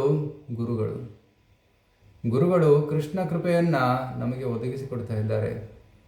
ಆ ಕೃಪೆಯನ್ನು ನಮ್ಮ ಮೇಲೆ ಸುರಿಸುತ್ತಿದ್ದಾರೆ. ಅದನ್ನು ನಾವು ಸ್ವೀಕರಿಸಬೇಕು, ಅದನ್ನು ಪಾನ ಮಾಡಬೇಕು. ಆಗ ನಮ್ಮ ಜೀವನದಲ್ಲಿರುವಂತಹ ತೊಂದರೆಗಳೆಲ್ಲ ನಿವಾರಣೆ ಆಗ್ತವೆ. ರೈಟ್. ಕೃಷ್ಣ ಭಕ್ತಿ ಹೃದಯದಲ್ಲಿ ಮೂಡುತ್ತೆ. ಭಗವಂತನಿಗೆ ನಾವು ಪ್ರಿಯರಾಗ್ತೇವೆ, ಹತ್ತಿರ ಬರ್ತೇವೆ, ಭಗವಂತನ ಹತ್ತಿರ ಬರ್ತೇವೆ. ಸೊ ಈ ರೀತಿ ಯಜ್ಞ ಮಾಡೋದು ತುಂಬ ಇಂಪಾರ್ಟೆಂಟ್ ಅಂತ ಶ್ರೀ ಪ್ರಭುಪಾದರು ಹೇಳಿದ್ದಾರೆ. ರೈಟ್. ವೈದಿಕ ಆಚರಣೆಯಲ್ಲಿರುವ ಇನ್ನೊಂದು ಕಷ್ಟ ಇದು. ಸಾವಿರಾರು ದೇವತೆಗಳಿದ್ದಾರೆ. ದಕ್ಷಿಣ ಶಿವನಿಗೆ ಮಾಡಿದಂತೆ ಈ ಸಾವಿರಾರು ದೇವತೆಗಳಲ್ಲಿ ಒಬ್ಬ ದೇವತೆಯನ್ನು ತೃಪ್ತಪಡಿಸುವುದು ಬಿಟ್ಟು ಹೋದರೆ ಅನರ್ಥವಾಗಿಬಿಡುತ್ತೆ. ಆದರೆ ಕೀರ್ತನೆಯಲ್ಲಿ ಆ ರೀತಿ ಏನು ಪ್ರಾಬ್ಲಮ್ ಇಲ್ಲ. ಈ ಯುಗದಲ್ಲಿ ಯಜ್ಞದ ಆಚರಣೆಯನ್ನು ಸರಳಪಡಿಸಲಾಗಿದೆ. Very easy. What is that chant? Hari Krishna. Hari Krishna ಮಂತ್ರವನ್ನು ಜಪಿಸಿ ಭಗವಾನ್ ಕೃಷ್ಣನನ್ನು ಮೆಚ್ಚಿಸುವುದರ ಮೂಲಕ ಸಕಲ ದೇವತೆಗಳನ್ನು ತೃಪ್ತಪಡಿಸಿದಂತಾಗುತ್ತದೆ. Water in the root. Right. So ಕೃಷ್ಣನ ಆರಾಧನೆ ಮಾಡಿದರೆ, ಹರಿಕೃಷ್ಣ ಜಪ ಮಾಡಿದರೆ ಭಗವಂತನನ್ನು ಸಂತೃಪ್ತಿಪಡಿಸಿದಂಗೆ. ರೈಟ್. ಹೇಗೆ ಗಿಡದ ಬೇರಿಗೆ ನೀರು ಹಾಕಿದಾಗ ಗಿಡದ ಎಲ್ಲ ಅಂಗಗಳು ಪೋಷಿತಗೊಳ್ಳುತ್ತವೆ, ಅದೇ ರೀತಿ ಭಗವಂತನಿಗೆ ಆರಾಧನೆ ಸಲ್ಲಿಸಿದಾಗ ಎಲ್ಲ ದೇವತೆಗಳು ಸಂತುಷ್ಟರಾಗ್ತಾರೆ. So we should chant Hare Krishna ಅಟೆಂಟಿವ್ಲಿ. ಎಷ್ಟಾಗುತ್ತೋ ಅಷ್ಟು ಮಾಡಬೇಕು. ಮಿನಿಮಮ್ 16 ಮಾಲೆ ಧ್ಯಾನಪೂರ್ವಕವಾಗಿ ಮಾಡಬೇಕು. ನಂತರ ಎಕ್ಸ್ಟ್ರಾ ರೌಂಡ್ಸ್ ಎಷ್ಟಾದರೂ ಮಾಡಿ, ಪರವಾಗಿಲ್ಲ. ಮಾಡಿದಷ್ಟು ಒಳ್ಳೆಯದು, ನಮಗೂ ಒಳ್ಳೆಯದು, ನಮ್ಮ ಸುತ್ತಮುತ್ತಲಿನ ಎಲ್ಲರಿಗೂ ಒಳ್ಳೆಯದು. ಎಲ್ಲರೂ ಮಾಡಿದರೆ ಇನ್ನಿಷ್ಟು ಒಳ್ಳೆಯದು. Make everybody chant Hare Krishna. So ಈ ರೀತಿ ಈ ಹರೇ ಕೃಷ್ಣ ಆಂದೋಲನ ಬೆಳೀತಾ ಹೋಗಬೇಕು. ಸಾವಿರಾರು ಕೋಟಿ ಜನ ಇದಕ್ಕೆ ಸೇರಬೇಕು. ಆಗ ಎಲ್ಲರನ್ನು ನಾವು ಭಗವದ್ಧಾಮಕ್ಕೆ ಕಳಿಸಬಹುದು. ನಾವು ಹೋಗಬೇಕು, ನಮ್ಮ ಜೊತೆ ಬೇರೆಯವರನ್ನು ಕೂಡ ಕರ್ಕೊಂಡು ಹೋಗಬೇಕು. So this the path which Shri Prabhupada given us. Shri ಪ್ರಭುಪಾದರು ಈ ಮಾರ್ಗವನ್ನು ನಮಗೆ ಕೊಟ್ಟಿದ್ದಾರೆ. ಸೊ ಪ್ರಭುಪಾದರ ಕೃಪೆಯಿಂದ ನಮಗೆ ಹರಿಕೃಷ್ಣ ಮಂತ್ರ ದೊರಕಿದೆ, ಕೃಷ್ಣನ ಸೇವಾವಕಾಶ ದೊರಕಿದೆ, ಭಕ್ತರ ಸಂಘ ದೊರಕಿದೆ, ಪ್ರಸಾದ ಕೂಡ ದೊರಕಿದೆ. ಇದರ ಉಪಯೋಗವನ್ನು ಪಡೆದುಕೊಂಡು ನಾವೆಲ್ಲರೂ ಚೆನ್ನಾಗಿ ಭಕ್ತಿ ಸೇವೆ ಮಾಡಿ ಭಗವಂತನ ಹತ್ತಿರ ಹೋಗೋಣ. ಹರೇ ಕೃಷ್ಣ. ಸೊ ಇಲ್ಲಿಗೆ ನನ್ನ ಮಾತನ್ನು ಮುಗಿಸ್ತೀನಿ. ಯಾರಾದರೂ ಏನಾದರೂ ಅನಿಸಿಕೆಗಳು, ಪ್ರಶ್ನೆಗಳಿದ್ದರೆ ಕೇಳಬಹುದು.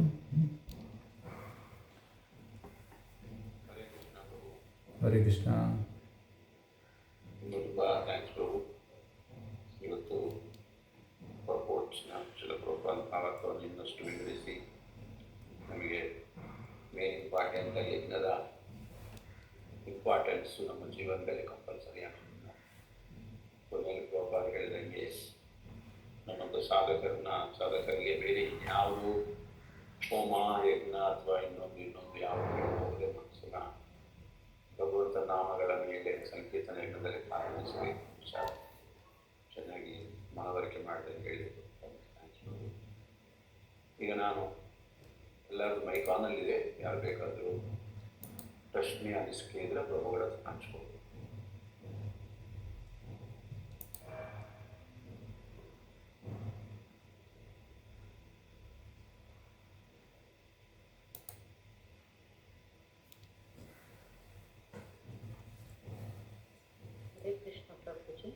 ಹರೇ ಕೃಷ್ಣ. ನಾನು US-ನಲ್ಲಿರೋದು.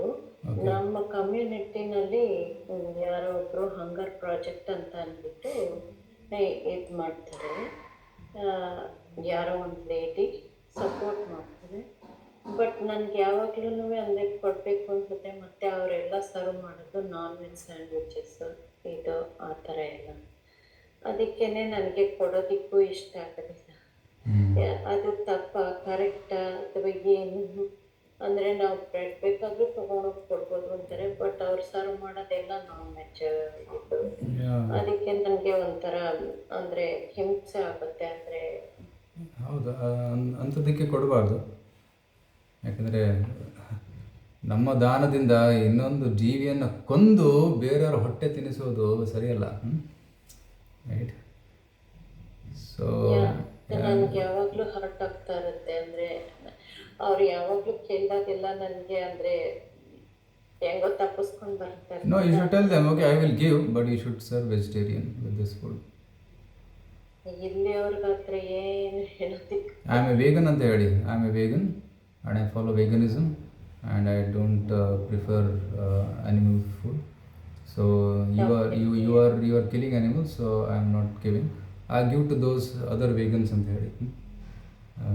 ಕರೆಕ್ಟಾಗಿ ಹೇಳಿದ್ರಿ. ನನಗೆ ಯಾವಾಗಲೂ ಹೆಂಗೆ ಇದನ್ನು ಇದು ಮಾಡೋದು, ಹೇಗೆ ಇದನ್ನು ಎಕ್ಸ್ಪ್ರೆಸ್ ಮಾಡೋದು ಅಂತ ನನಗೆ. You should show that I am charitable, I give charity, but for this cause, not for serving non-veg. ಆ ರೀತಿ ಕ್ಲಿಯರಾಗಿ ಹೇಳಬೇಕು. ಬಟ್ ಇನ್ ರಿಯಲ್ ನಾನು ವೇಗನ್ನೇನೆ. ನಾನು ಮಿಲ್ಕ್ ಆ್ಯಂಡ್ ಮಿಲ್ಕ್ ಪ್ರಾಡಕ್ಟ್ಸು ತಗೊಳ್ಳೋದಿಲ್ಲ. That's reality. ನಾನು ಹೇಳಿದ ಸರಿ ಆ ಥರ ನನಗೆ ಅದು ಹೇಳಬೇಕು ಅಂತಾನೂ ಗೊತ್ತಾಗಲಿಲ್ಲ. ಥ್ಯಾಂಕ್ ಯು ಹರೇ ಕೃಷ್ಣ ಪ್ರಭುಜಿ, ಧನ್ಯವಾದ. ಪ್ರಣಾಮ ಪ್ರಭುಜಿ. ಹರೇ ಕೃಷ್ಣ. ಯುಧಿಷ್ಠರ ಮಹಾರಾಜರ ಕಾಲದಲ್ಲಿ ಹಸುಗಳು ಆಹಾರದಿಂದ ಹಾಲು ತುಂಬಿ ಎಲ್ಲ ಭೂಮಿ ಕೂಡ ನೆನಕಾಯ್ತು. ಬೀಜ ಬಿತ್ತದಲ್ಲೇ ಕೂಡ ಬೆಳೆಗಳು ಬರ್ತಾ ಇತ್ತು. ಅವಾಗ ಕಷ್ಟಪಟ್ಟವಾಗಿತ್ತು. ಅಂದರೆ ಸತ್ಯವಾಗಿ ಯುಧಿಷ್ಠಿರ ಮಹಾರಾಜ ಆ ಥರ ನಡೀತಾ ಇದ್ದ. ಈಗ ಸಿದ್ದರಾಮಯ್ಯನ ಕಾಲದಲ್ಲಿ ಈಗ ನಮ್ಮ ಚೀಫ್ ಮಿನಿಸ್ಟರಲ್ಲಿ ಹಸುಗಳ ಸ್ಥಾನಗಳನ್ನೇ ಕಟ್ ಮಾಡಾಕ್ತಾ ಇದ್ದಾರೆ. ಎಂಥ ದುರ್ಗತಿ ಬಂದಿದೆ ಅಂದರೆ ಅದು ಹೇಳೋದಕ್ಕೆ ಆಗೋದಿಲ್ಲ. ಈಗ ನೋಡಿ, ಭಗವಂತನ ನಾವು ಯಜ್ಞದಿಂದ ಮತ್ತು ಸಂಕೀರ್ತನದಿಂದ ತೃಪ್ತಿಪಡಿಸಿದರೆ ಎಲ್ಲ ಕೂಡ ಭಗವಂತ ಸಂತೃಪ್ತಿ ಪಟ್ಟರೆ ಕೂಡ ಎಲ್ಲ ಸಂತೃಪ್ತಿ ಆಗಿರ್ತಾರೆ ಅಂತ. ಇದು ತುಂಬ ಚೆನ್ನಾಗಿತ್ತು ಪ್ರಭುಜಿ ಇವತ್ತಿನ ಪ್ರವಚನದಲ್ಲಿ. ಯಾಕೆಂದರೆ ಎಲ್ಲರೂ ಕೂಡ ಈ ಭಗವಂತನ ಅನುಗ್ರಹದಿಂದ ಕೆಲವರು ಅವರು ಏನು ದೈವತ್ವದಲ್ಲಿ ಬಂದಿದ್ರೆ ಒಳ್ಳೇದು ಮಾಡ್ತಾರೆ, ಇವರು ಕೆಟ್ಟ ದೃಷ್ಟಿಯಿಂದ ಬಂದಿರಿ ಇವರೆಲ್ಲ ಕೆಟ್ಟದೇ ಮಾಡ್ತಾ ಇರ್ತಾರೆ. ಅದೇ ಆಗಿದೆ ಪ್ರಭುಜಿ. ಒಳ್ಳೆ ಇದಿಲ್ಲ, ಸುಭಿಕ್ಷೆ ಇಲ್ಲ, ಜನಗಳಿಗೂ ಸುಭಿಕ್ಷೆ ಇಲ್ಲ, ಮತ್ತು ಏನು ಮಾಡ್ತಾ ಇದ್ದೀವಿ ಅಂತ ಅವ್ರಿಗೆ ಗೊತ್ತಿಲ್ಲ. ಈಗ ಯಜ್ಞ ಮಾಡಿದ್ರೆ ಕೂಡ ನಾವು ಪ್ರಾರ್ಥನೆ ಮಾಡಿದ್ರೆ ಬೆಂಕಿ ಕಾಡ್ಗಿಚ್ಚಿ ಎಲ್ಲಿ ಎತ್ಕೊಳ್ಳೋದಿಲ್ಲ. ಭಗವಂತ ಏನೋ ಮಳೆ ಸುರಿಸಿದ್ರೆ ಮಾತ್ರ ಬಂದಾಗ ಅವಾಗ ಆರುತ್ತೆ. ಮಳೆ ಬಂದರೆ ಕೂಡ ಅದು ಬೆಂಕಿ ಆರುತ್ತೆ. ಮಳೆ ಬರ್ತಾನೆ ಇದ್ರೆ ಇನ್ನೂ ಹತ್ಕೊಂಡು ಬಿಟ್ಟಾಗುತ್ತೆ. ಕರೆಕ್ಟ್. ಇಲ್ಲಿ ನೋಡಿ, ಕಾಮಂ ವವರ್ಷ ಪರ್ಜನ್ಯ ಸರ್ವಕಾಮದುಗಾಮಹಿ ಶಿಶಿಚು ಸ್ಮ ವ್ರಜನ್ ಗಾವಃ ಪಯಸೋಧಸ್ವತಿರ್ಮುದಾ. ಪರ್ಜನ್ಯ ವವರ್ಷ, ಸಾಕಷ್ಟು ಮಳೆ ಬರ್ತಾಯಿತ್ತು. ಕಾಮಂ ವವರ್ಷ ಪರ್ಜನ್ಯ ಸರ್ವಕಾಮದುಗಾಮಹಿ. ಮಹಿ ಅಂದರೆ ಭೂದೇವಿ. ಸೊ ಮೋಡಗಳು ಮಳೆ ಸುರಿಸ್ತಾ ಇದ್ವು. ಭೂದೇವಿ ಸರ್ವಕಾಮದುಗ, ಎಲ್ಲ ಇಚ್ಛೆಗಳನ್ನು ಪೂರೈಸ್ತಾ ಇದ್ಲು. ಮತ್ತು ಹಸುಗಳು ಗಾವಹ ಶಿಶಿಚುಸ್ಮ ವ್ರಜಾನ್, ಅವು ಸುತ್ತಾಡ್ತಾ ಇದ್ರು. ಸುತ್ತಾಡೋದು ಏನು ಮಾಡ್ತಾರೆ? ಪಯಸೋಧ ಸ್ವತಿರ್ಮುದ ಶಿಶಿಚು, ಅಂದರೆ ಅವರು ಇಷ್ಟು ಸಂತೋಷವಾಗಿದ್ದರು. She was so happy, cows are so happy. ಮುದ ಅವರು ನಡೆದಾಡಿದವಾಗ ಪಯಸೋಧ ಸ್ವತಿ due to swollen bags, right? They are moistening the ground with their milk bags ಅಂತ ಹೇಳ್ತಾರೆ. ರೈಟ್, ಎಷ್ಟು ಸಮೃದ್ಧವಾಗಿತ್ತು. Due to the full fatty milk bag and cheerful attitude, the cows used to moisten the grazing ground with milk ಅಂತ ಹೇಳ್ತಾರೆ. So Prabhupada ಹೇಳ್ತಾರೆ, this the basic principle economic development is centered around plant and cows. Right, ಭೂಮಿ ಮತ್ತು ಹಸುಗಳು ಎರಡಿದ್ದರೆ ಸಾಕು ನಮ್ಮ ಆರ್ಥಿಕ ಬೆಳವಣಿಗೆಗೆ ಎರಡು ಸಾಕು ಅಂತ ಪ್ರಭುಪಾದ ಹೇಳ್ತಾರೆ. ಹಸುಗಳನ್ನು ನೆಲದ ಮೇಲೆ ಬಿಟ್ಟು ಹಸುಗಳು ನೆಲವನ್ನು, ಭೂಮಿಯನ್ನು ಏನಂದರೆ ದಿ ಮೇಕ್ ಇಟ್ ಫರ್ಟೈಲ್. ಆಗ ಆ ಭೂಮಿ ಎಲ್ಲ ಉತ್ಪಾದನೆಗಳನ್ನು ಕೊಡುತ್ತೆ, ಎಲ್ಲ ಅವಶ್ಯಕತೆಗಳನ್ನು ಕೊಡುತ್ತೆ. ಎಂಥದ್ದು ನೋಡಿ, ಫುಡ್ ಗ್ರೈನ್ಸ್, ಧಾನ್ಯಗಳು, ಹಣ್ಣು, ಹಾಲು, ಮಿನರಲ್ಸ್ ಅಂದರೆ ಕನ್ನಡದಲ್ಲಿ ಏನಂತಾರೆ, ಮತ್ತು ಕಾಟನ್ ಬಟ್ಟೆ, ಮತ್ತು ಕಟ್ಟಿಗೆ, ಈ ರೀತಿ ಏನು ಮರಗಳು, ಮರಗಳು, ಮಿನರಲ್ಸ್ ಅಂದರೆ ಅದಕ್ಕೆ ಕನ್ನಡ ಪದ ಹುಡುಕ್ತಾ ಇದೆ. ಸೊ ಇವೆಲ್ಲ ನಮಗೆ ಬೇಕು. ಸರ್ಟನ್ಲಿ ಖನಿಜಗಳು correct. Certainly one does not require flesh or fish or iron tools and machinery. ಇವೆಲ್ಲ ನಮಗೆ ಅವಶ್ಯಕತೆಗಳಲ್ಲ, right. Flesh and fish, even non veg food ಅದೆಲ್ಲ ಬೇಕಿಲ್ಲ. ಈವನ್ ನಮಗೆ ನಮ್ಮ ಜೀವನಕ್ಕಾಗಿ ಲ್ಯಾಪ್ಟಾಪ್, ಕಂಪ್ಯೂಟರ್, ಮೊಬೈಲು ಬೇಕಿಲ್ಲ. ಅವೆಲ್ಲ ಅಡಿಷ್ನಲ್ ಥಿಂಗ್ಸ್.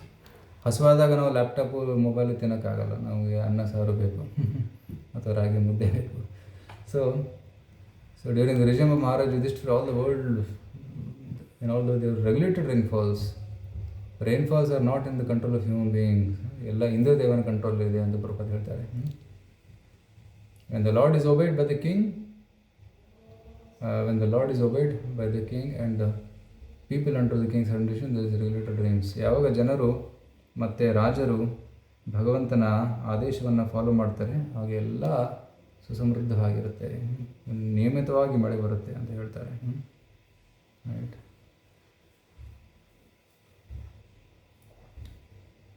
ಪ್ರಭುಪಾದ ಹೇಳ್ತಾರೆ, ಸರಿಯಾಗಿ ಮಳೆ ಬಂದರೆ even this ample production of valuable stones and pearls, ಮುತ್ತು ರತ್ನಗಳು ಕೂಡ ಬೆಳೀತವೆ.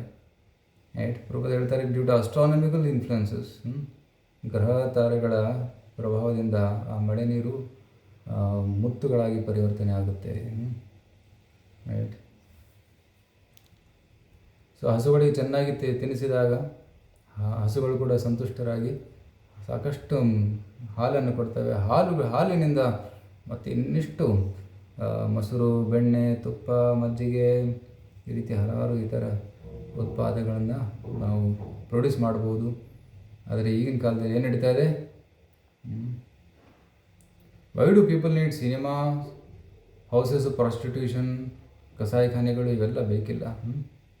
And what is the need of an artificial luxurious life of cinema, car, radio, flesh and hotels? ಇವೆಲ್ಲ ಬೇಕಿಲ್ಲ. ಜನರು ನೈಸರ್ಗಿಕವಾಗಿ ಜೀವನವನ್ನು ಮಾಡೋದನ್ನು ಮರೆತು ಬಿಟ್ಟಿದ್ದಾರೆ. ಅದಕ್ಕೆ ಆರ್ಟಿಫಿಷಿಯಲ್, ಕೃತಕ ಜೀವನವನ್ನು ಈಗ ನಡೆಸ್ತಾ ಇದ್ದಾರೆ. Has the civilization enhanced the cause of equality and fraternity by sending thousands of men to a hellish factory and the war fields at the whims of a particular man? ಈಗ ಎಲ್ಲ ಜನ ನೋಡಿ ಕೆಲಸ ಮಾಡೋದಕ್ಕೆ ಫ್ಯಾಕ್ಟ್ರಿ ಹೋಗ್ತಾರೆ. ಊರಲ್ಲಿ, ಹಳ್ಳಿಯಲ್ಲಿ 5 ಎಕರೆ 10 ಎಕರೆ ಜಮೀನು ಇರುತ್ತೆ, ಅದು ಬಿಟ್ಟು ಫ್ಯಾಕ್ಟ್ರಿಯಲ್ಲಿ 10,000 ರೂಪಾಯಿ ದುಡಿಯೋಕ್ಕೆ ಬರ್ತಾರೆ. ಇದು ಮೂರ್ಖತನ. ಮನೆಯಲ್ಲೇ ಇದ್ದರೆ, ಊರಲ್ಲಿದ್ದರೆ ಆರಾಮಾಗಿ ಎಷ್ಟು ಬೆಳಿಬೋದು. 1 ಎಕರೆ ಜಮೀನು ಸಾಕು. 1 ಎಕರೆ ಜಮೀನಲ್ಲಿ ಇಡೀ ಕುಟುಂಬ they can stay very happily. Right. So ಆದರೆ ಅದನ್ನು ಬಿಟ್ಟು ಫ್ಯಾಕ್ಟ್ರಿಯಲ್ಲಿ, ನಾನು ಫ್ಯಾಕ್ಟ್ರಿಲಿ ಕೆಲಸ ಮಾಡ್ತೀನಿ, ಸೊ ಅಂಥ ಒಂದು ಭಾವನೆಯನ್ನು ಇಟ್ಕೊಂಡು ಬರ್ತಾರೆ, ತಮ್ಮ ಜೀವನವನ್ನು ಹಾಳು ಮಾಡ್ಕೊಂಡ್ಬಿಡ್ತಾರೆ. ಸೊ ಇಲ್ಲಿ ಬಂದು ಆರೋಗ್ಯ ಕೆಡುತ್ತೆ, ಸಿಕ್ಕಾಪಟ್ಟೆ ದುಡಿಬೇಕು, 12 ಗಂಟೆ ದುಡಿಬೇಕು. ರೈಟ್. ಸೊ ಇದರೇನಾಗುತ್ತೆ, ಅವರ ಆರೋಗ್ಯ ಕೆಟ್ಟೋಗುತ್ತೆ, ಮತ್ತು ಅವರ ಕೃತಕ ಜೀವನದಿಂದ ಅವರಿಗೆ ಆಧ್ಯಾತ್ಮಿಕ ಚಟುವಟಿಕೆಗಳಿಗಾಗಿ ಸಮಯ ಕೂಡ ಸಿಗೋದಿಲ್ಲ. ಸೊ ಈ ರೀತಿ ಸ್ಪಿರಿಚುವಲ್ ಲೈಫು ಕೆಟ್ಟೋಗುತ್ತೆ. ಈ ಪ್ರಭುಪಾದರು ಸಾಕಷ್ಟು ಬರೀತಾ ಇದ್ದಾರೆ, ಇಲ್ಲಿ ಹಸುಗಳ ಬಗ್ಗೆ ಬರೀತಾ ಇದ್ದಾರೆ. ಸೊ ರಾಜನು ಯುಧಿಷ್ಠಿರ ಮಹಾರಾಜ ಥರ ಇರಬೇಕು. ಸೊ ಆ ಪ್ರಭುಗಳು ಹೇಳಿದಾಗೆ ಈಗಿನ ರಾಜಕೀಯದಲ್ಲಿ ಸಾಕಷ್ಟು ಹಸುಗಳ ಹತ್ಯೆ ಆಗ್ತಾ ಇದೆ. ಸೊ ಅದನ್ನು ನಿಷೇಧಿಸಬೇಕು. ಇದು ಕಂಟಿನ್ಯೂ ಆದರೆ ಒಳ್ಳೆಯದಲ್ಲ. ಸೊ ಈ ಹಸುಗಳ ಹತ್ಯೆಯಿಂದ ಸಾಕಷ್ಟು ದುಷ್ಪರಿಣಾಮಗಳು. ತಾಯಿಗೆ ನೋವು ಕೊಟ್ಟಾಗ Krishna will not be happy. And ಹಸುಗೆ ನೋವು ಉಂಟು ಮಾಡಿದಾಗ ಭಗವಂತ ಸಹಿಸ್ಕೊಳ್ಳೋಕ್ಕಾಗೋದಿಲ್ಲ. ಆಗ ವಿಪರೀತ ಪರಿಣಾಮಗಳು ಬರ್ತವೆ. ಅದು ಹೇಗೆ ಬರುತ್ತೆ, ಎಲ್ಲಿಂದ ಬರುತ್ತೆ ಹೇಳೋಕ್ಕಾಗಲ್ಲ, but it will come. Okay. Hare Krishna. ರೈತ ಆದವನು 4 ತಿಂಗಳು 5 ತಿಂಗಳು ಕಷ್ಟ ಬಿದ್ದರೆ 12 ತಿಂಗಳು ಕೂತು ಊಟ ಮಾಡ್ಬೋದು ಪ್ರಭುಜಿ. ಹೌದು. ಬಿಡುವಾಗ 4 ತಿಂಗಳು 5 ತಿಂಗಳು ಅಷ್ಟೇ ಕಷ್ಟ ಇರೋದು. ಯಾಕೆಂದ್ರೆ ಫ್ಯಾಕ್ಟ್ರಿ ಬಂದಾಗ 12 ತಿಂಗಳು ಕೂಡ ಕಷ್ಟ ಬೀಳಬೇಕಾಗುತ್ತೆ. ಹೌದು ಹೌದು. ಅಂದ್ರೆ ರೈತ ಅದನ್ನು ಬೆಳೆದಾಗ ಈಗ ಸಿರಿಧಾನ್ಯ 100-120 ರೂಪಾಯಿ 200 ರೂಪಾಯಿ ಕೆಜಿ ಆಗಿದೆ.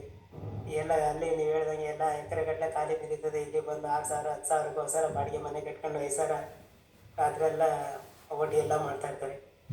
ಅದು ಯಾವ್ದ್ರಿಂದ ತೃಪ್ತಿ ಸಿಗುತ್ತೆ ಅಂತ ಗೊತ್ತಿಲ್ಲ. ಈಗ ನಾವು ಗೋಮಾತೆನ ನಾವು ಸಾಕೋದಿಲ್ಲ, ನಮಗೆ ಒಳ್ಳೆ ತುಪ್ಪ ಬೇಕು ಹಾಲು ಬೇಕು ಅಂತ ನಾವು ಕೇಳ್ತಾ ಇದ್ದೀವಿ. ಎಲ್ಲಿ ಬರ್ತಿದೆ ಹಸು ಸಗಣಿ ಮುಟ್ಬೇಕಂದ್ರೆ ಈಗೆಲ್ಲ ಹ್ಯಾಂಡ್ ಬ್ಲೌಸ್ ಹಾಕಬೇಕು. ಬೆಂಗಳೂರಲ್ಲಿ ಆ ಥರ ಆಗಿದೆ. ಏನು ಮುಟ್ಬೇಕಂದ್ರೆ ಗೋವಿನ ಸಗಣಿ ಬೆಂಗಳೂರಿನಲ್ಲಿ ಮುಟ್ಬೇಕಾದ್ರೆ ಎಲ್ಲ ತುಂಬಾ ಕೆಮಿಕಲ್ ಶಾಂಪು ಅದು ಇದು ಕೆಟ್ಟದಾಕಿ ಎಲ್ಲ ಹ್ಯಾಂಡ್ ಬ್ಲೌಸ್ ಹಾಕೊಂಡು ಮುಟ್ಬೇಕಾಗುತ್ತೆ ಪ್ರಭುಜಿ. ಆ ಥರ ದುರ್ವಾಸನೆ ಇದೆ. ಹಳ್ಳಿ ಕಡೆ ಆದರೆ ಅದರಲ್ಲಿ ಏನಾದ್ರೆ ನೈಸರ್ಗಿಕವಾಗಿ ಬಂದಿದ್ದಂಥ ಹುಲ್ಲುಗಳ ಮೇಲಿರ್ತದೆ, ಅದು ತುಂಬಾ ಸಮೃದ್ಧಿಯಾಗಿರ್ತದೆ. ಇಲ್ಲಿ ಬಂದಾಗ ಇಲ್ಲಿ ನಾವು ಮುಟ್ಬೇಕಾದ್ರೆ ಹ್ಯಾಂಡ್ ಬ್ಲೌಸ್ ಹಾಕಿ ಮುಟ್ಬೇಕಾಗತ್ತೆ. ಆಗ ಗೋಮಾತೆ ಸಗಣಿ ಮಾಡಿದ್ರೆ ಎಲ್ಲ ಇನ್ಸ್ಪೆಕ್ಷನ್. ಅಯ್ಯೋ ಆ ಥರ ಕೆಟ್ಟದ ಎಲ್ಲ ಆಹಾರಗಳನ್ನ ಹಾಕಿ ಎಲ್ಲ ಹಾಳು ಮಾಡ್ತಾ ಇದ್ದಾರೆ ಪ್ರಭುಜಿ.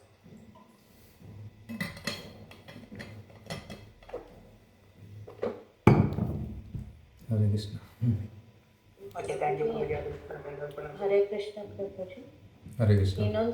ಇನ್ನೊಂದು ಡೌಟ್ ಕೇಳ್ಬೋದಾ? ಕೇಳಿ.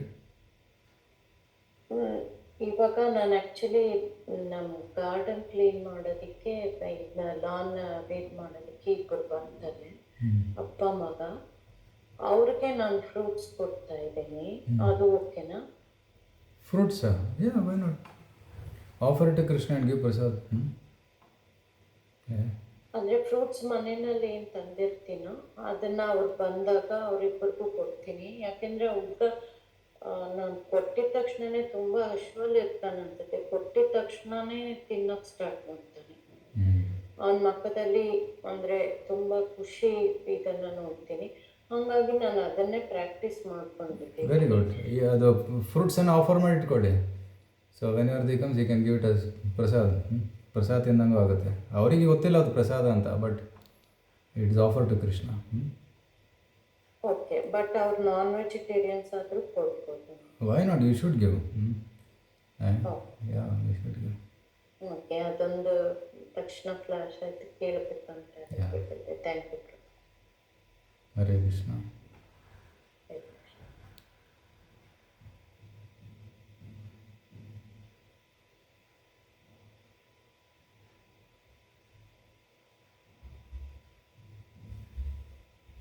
ಚಾಟ್ ಮೆಸೇಜ್ ಇದೆ.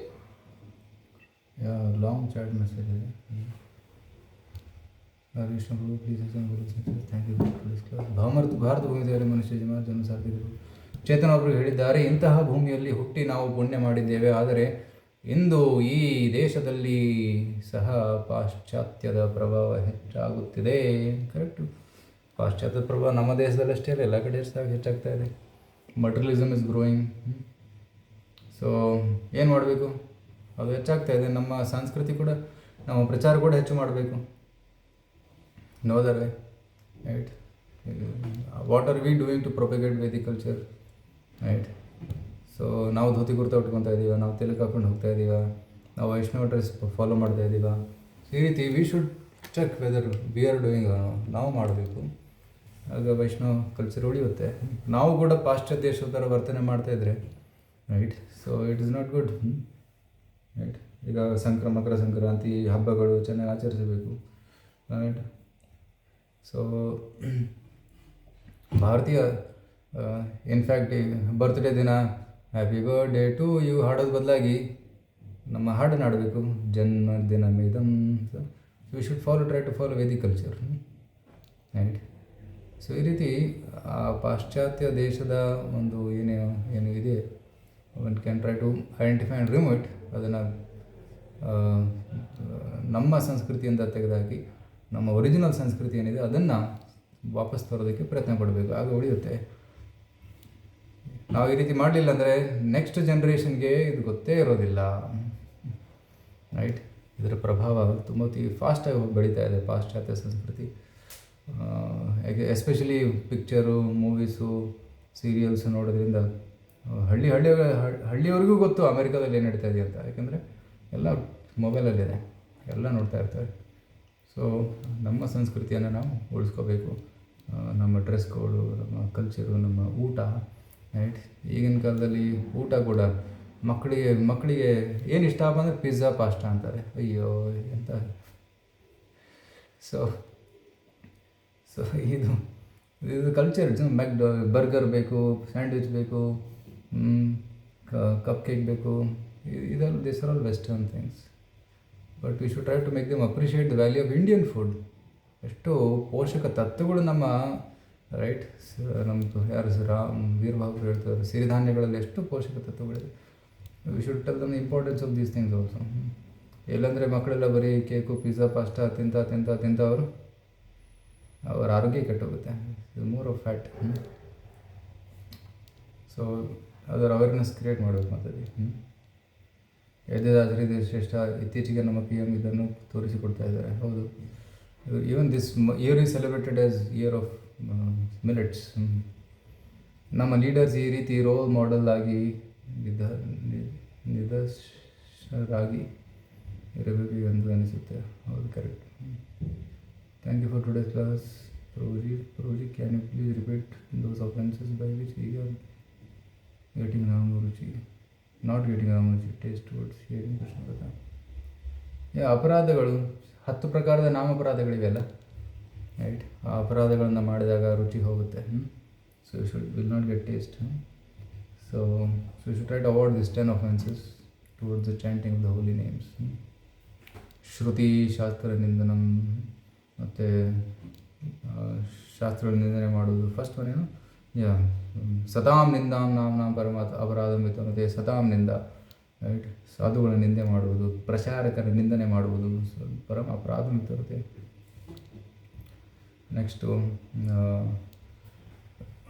ಶಿವಸ್ಯ ಶ್ರೀ ವಿಷ್ಣೋರ್ ಗುರು ಗುಣನಾಮಾದಿ ಸಕಲಂ ಧಿಯಾ ಭಿನ್ನಂ ಪಶ್ಯೇತ್ ಖಲು ಅಪಿ ಅಪರಾಧ, ರೈಟ್.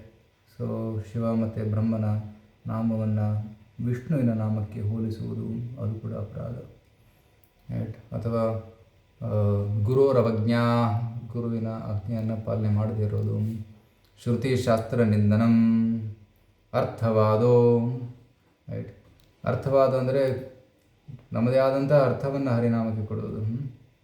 ಹರಿನಾಮ್ನಿ ಕಲ್ಪನಂ, ಹರಿನಾಮದ ಮಹಿಮೆಯನ್ನು ಕಾಲ್ಪನಿಕ ಅಂತ ಪರಿಗಣಿಸುವುದು.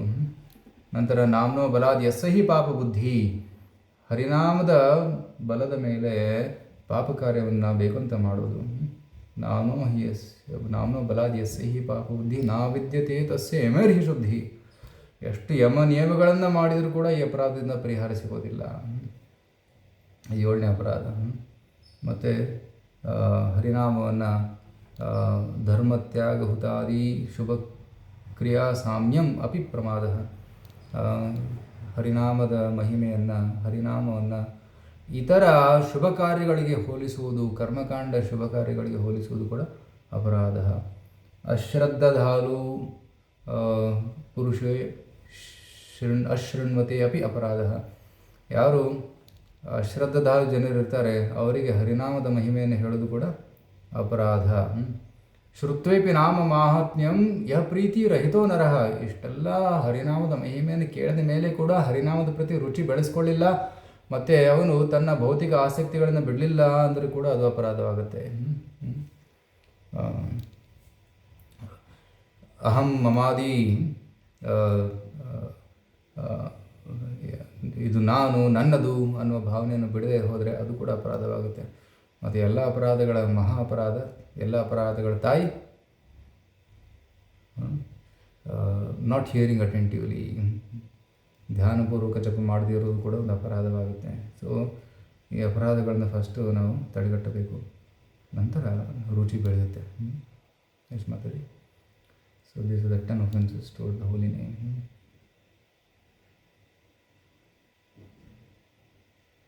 Okay.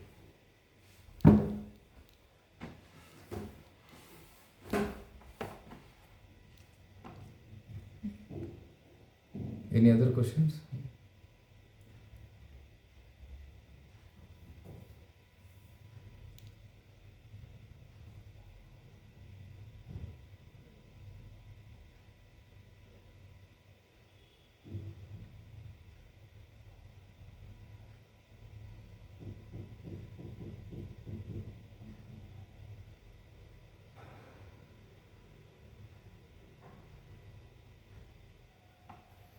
ಹರೇ ಕೃಷ್ಣ ಗುರುಜಿ.